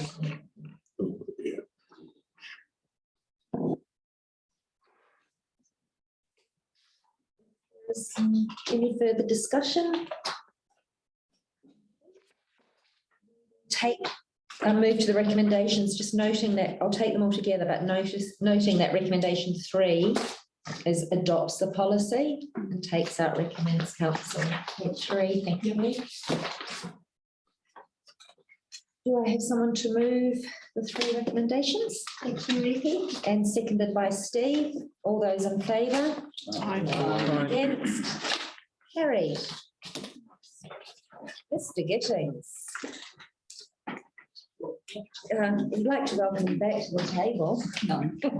Item 6.7, lapse of rally bond policy. Yes, you're the author. Be a lot of discussion on this one, Dave. Right, it was pretty short, wasn't it? Yes, black page. We're just basically agreeing to do nothing. Yes, so the rally bond policy, which I assume was brought in a long time ago with something specific on a rally that destroyed some roads, but there are any rallies that are Vintage cars. apart from the vintage car rally, which is the only one I could find. So rather than do anything, I suggest that we lapse the policy, move on. Yes. We don't have any questions on the Yeah, I've got one question. Does this refer to like unsealed hill climbs and that, when got like there's a couple of roads that they used, the car clubs closed for Tea Creek and also at the top of Coral, yeah. We've never taken a bond for those. No. $300 wouldn't do much anyway. Okay. And I'm not sure how we would enforce it with that policy. Yeah. That's a 3-sentence policy. Lucky. Okay. Yep. So how often do those rallies occur currently? On an annual basis, those for they're just events. Yeah. I don't think they're even yearly, Rebecca. Do you say unsealed or sealed roads? One's unsealed, one's sealed. Okay. But I don't think they even have them yearly now They do have the motorboat one. on the motorbike. I think It's unsealed. it's sealed. The $300 wouldn't even pay staff to go out and inspect it before the rally and then after it. So if you have a policy, it's got to have some teeth. It's got to be meaningful. I'll move the Any recommendation. further discussion? Dale, moving straight along to the recommendations. Thank you, Dale. Recommending that we 1, receive the report and 2, agree to lapse the current bond for road events policy. Do I have someone to second that? Greg, All those in favour? Against? Carried. There endeth the agenda. We come to the Karaki Whakamutana. Would you like to? Thank you. Kia tau, kia whakaka, kia te whaia tō tātou ariki o iwi Christ. Me te aroha o te atua, me te whitinga tahitanga. Ki te wairua tapu, ake, amani. Thanks, team. Thank you. 1:30 for the workshop. Is it still 1:30? Yeah, Yeah, can we look at you make it 1:45? Yeah. Yeah. 1:45 and 4 hours.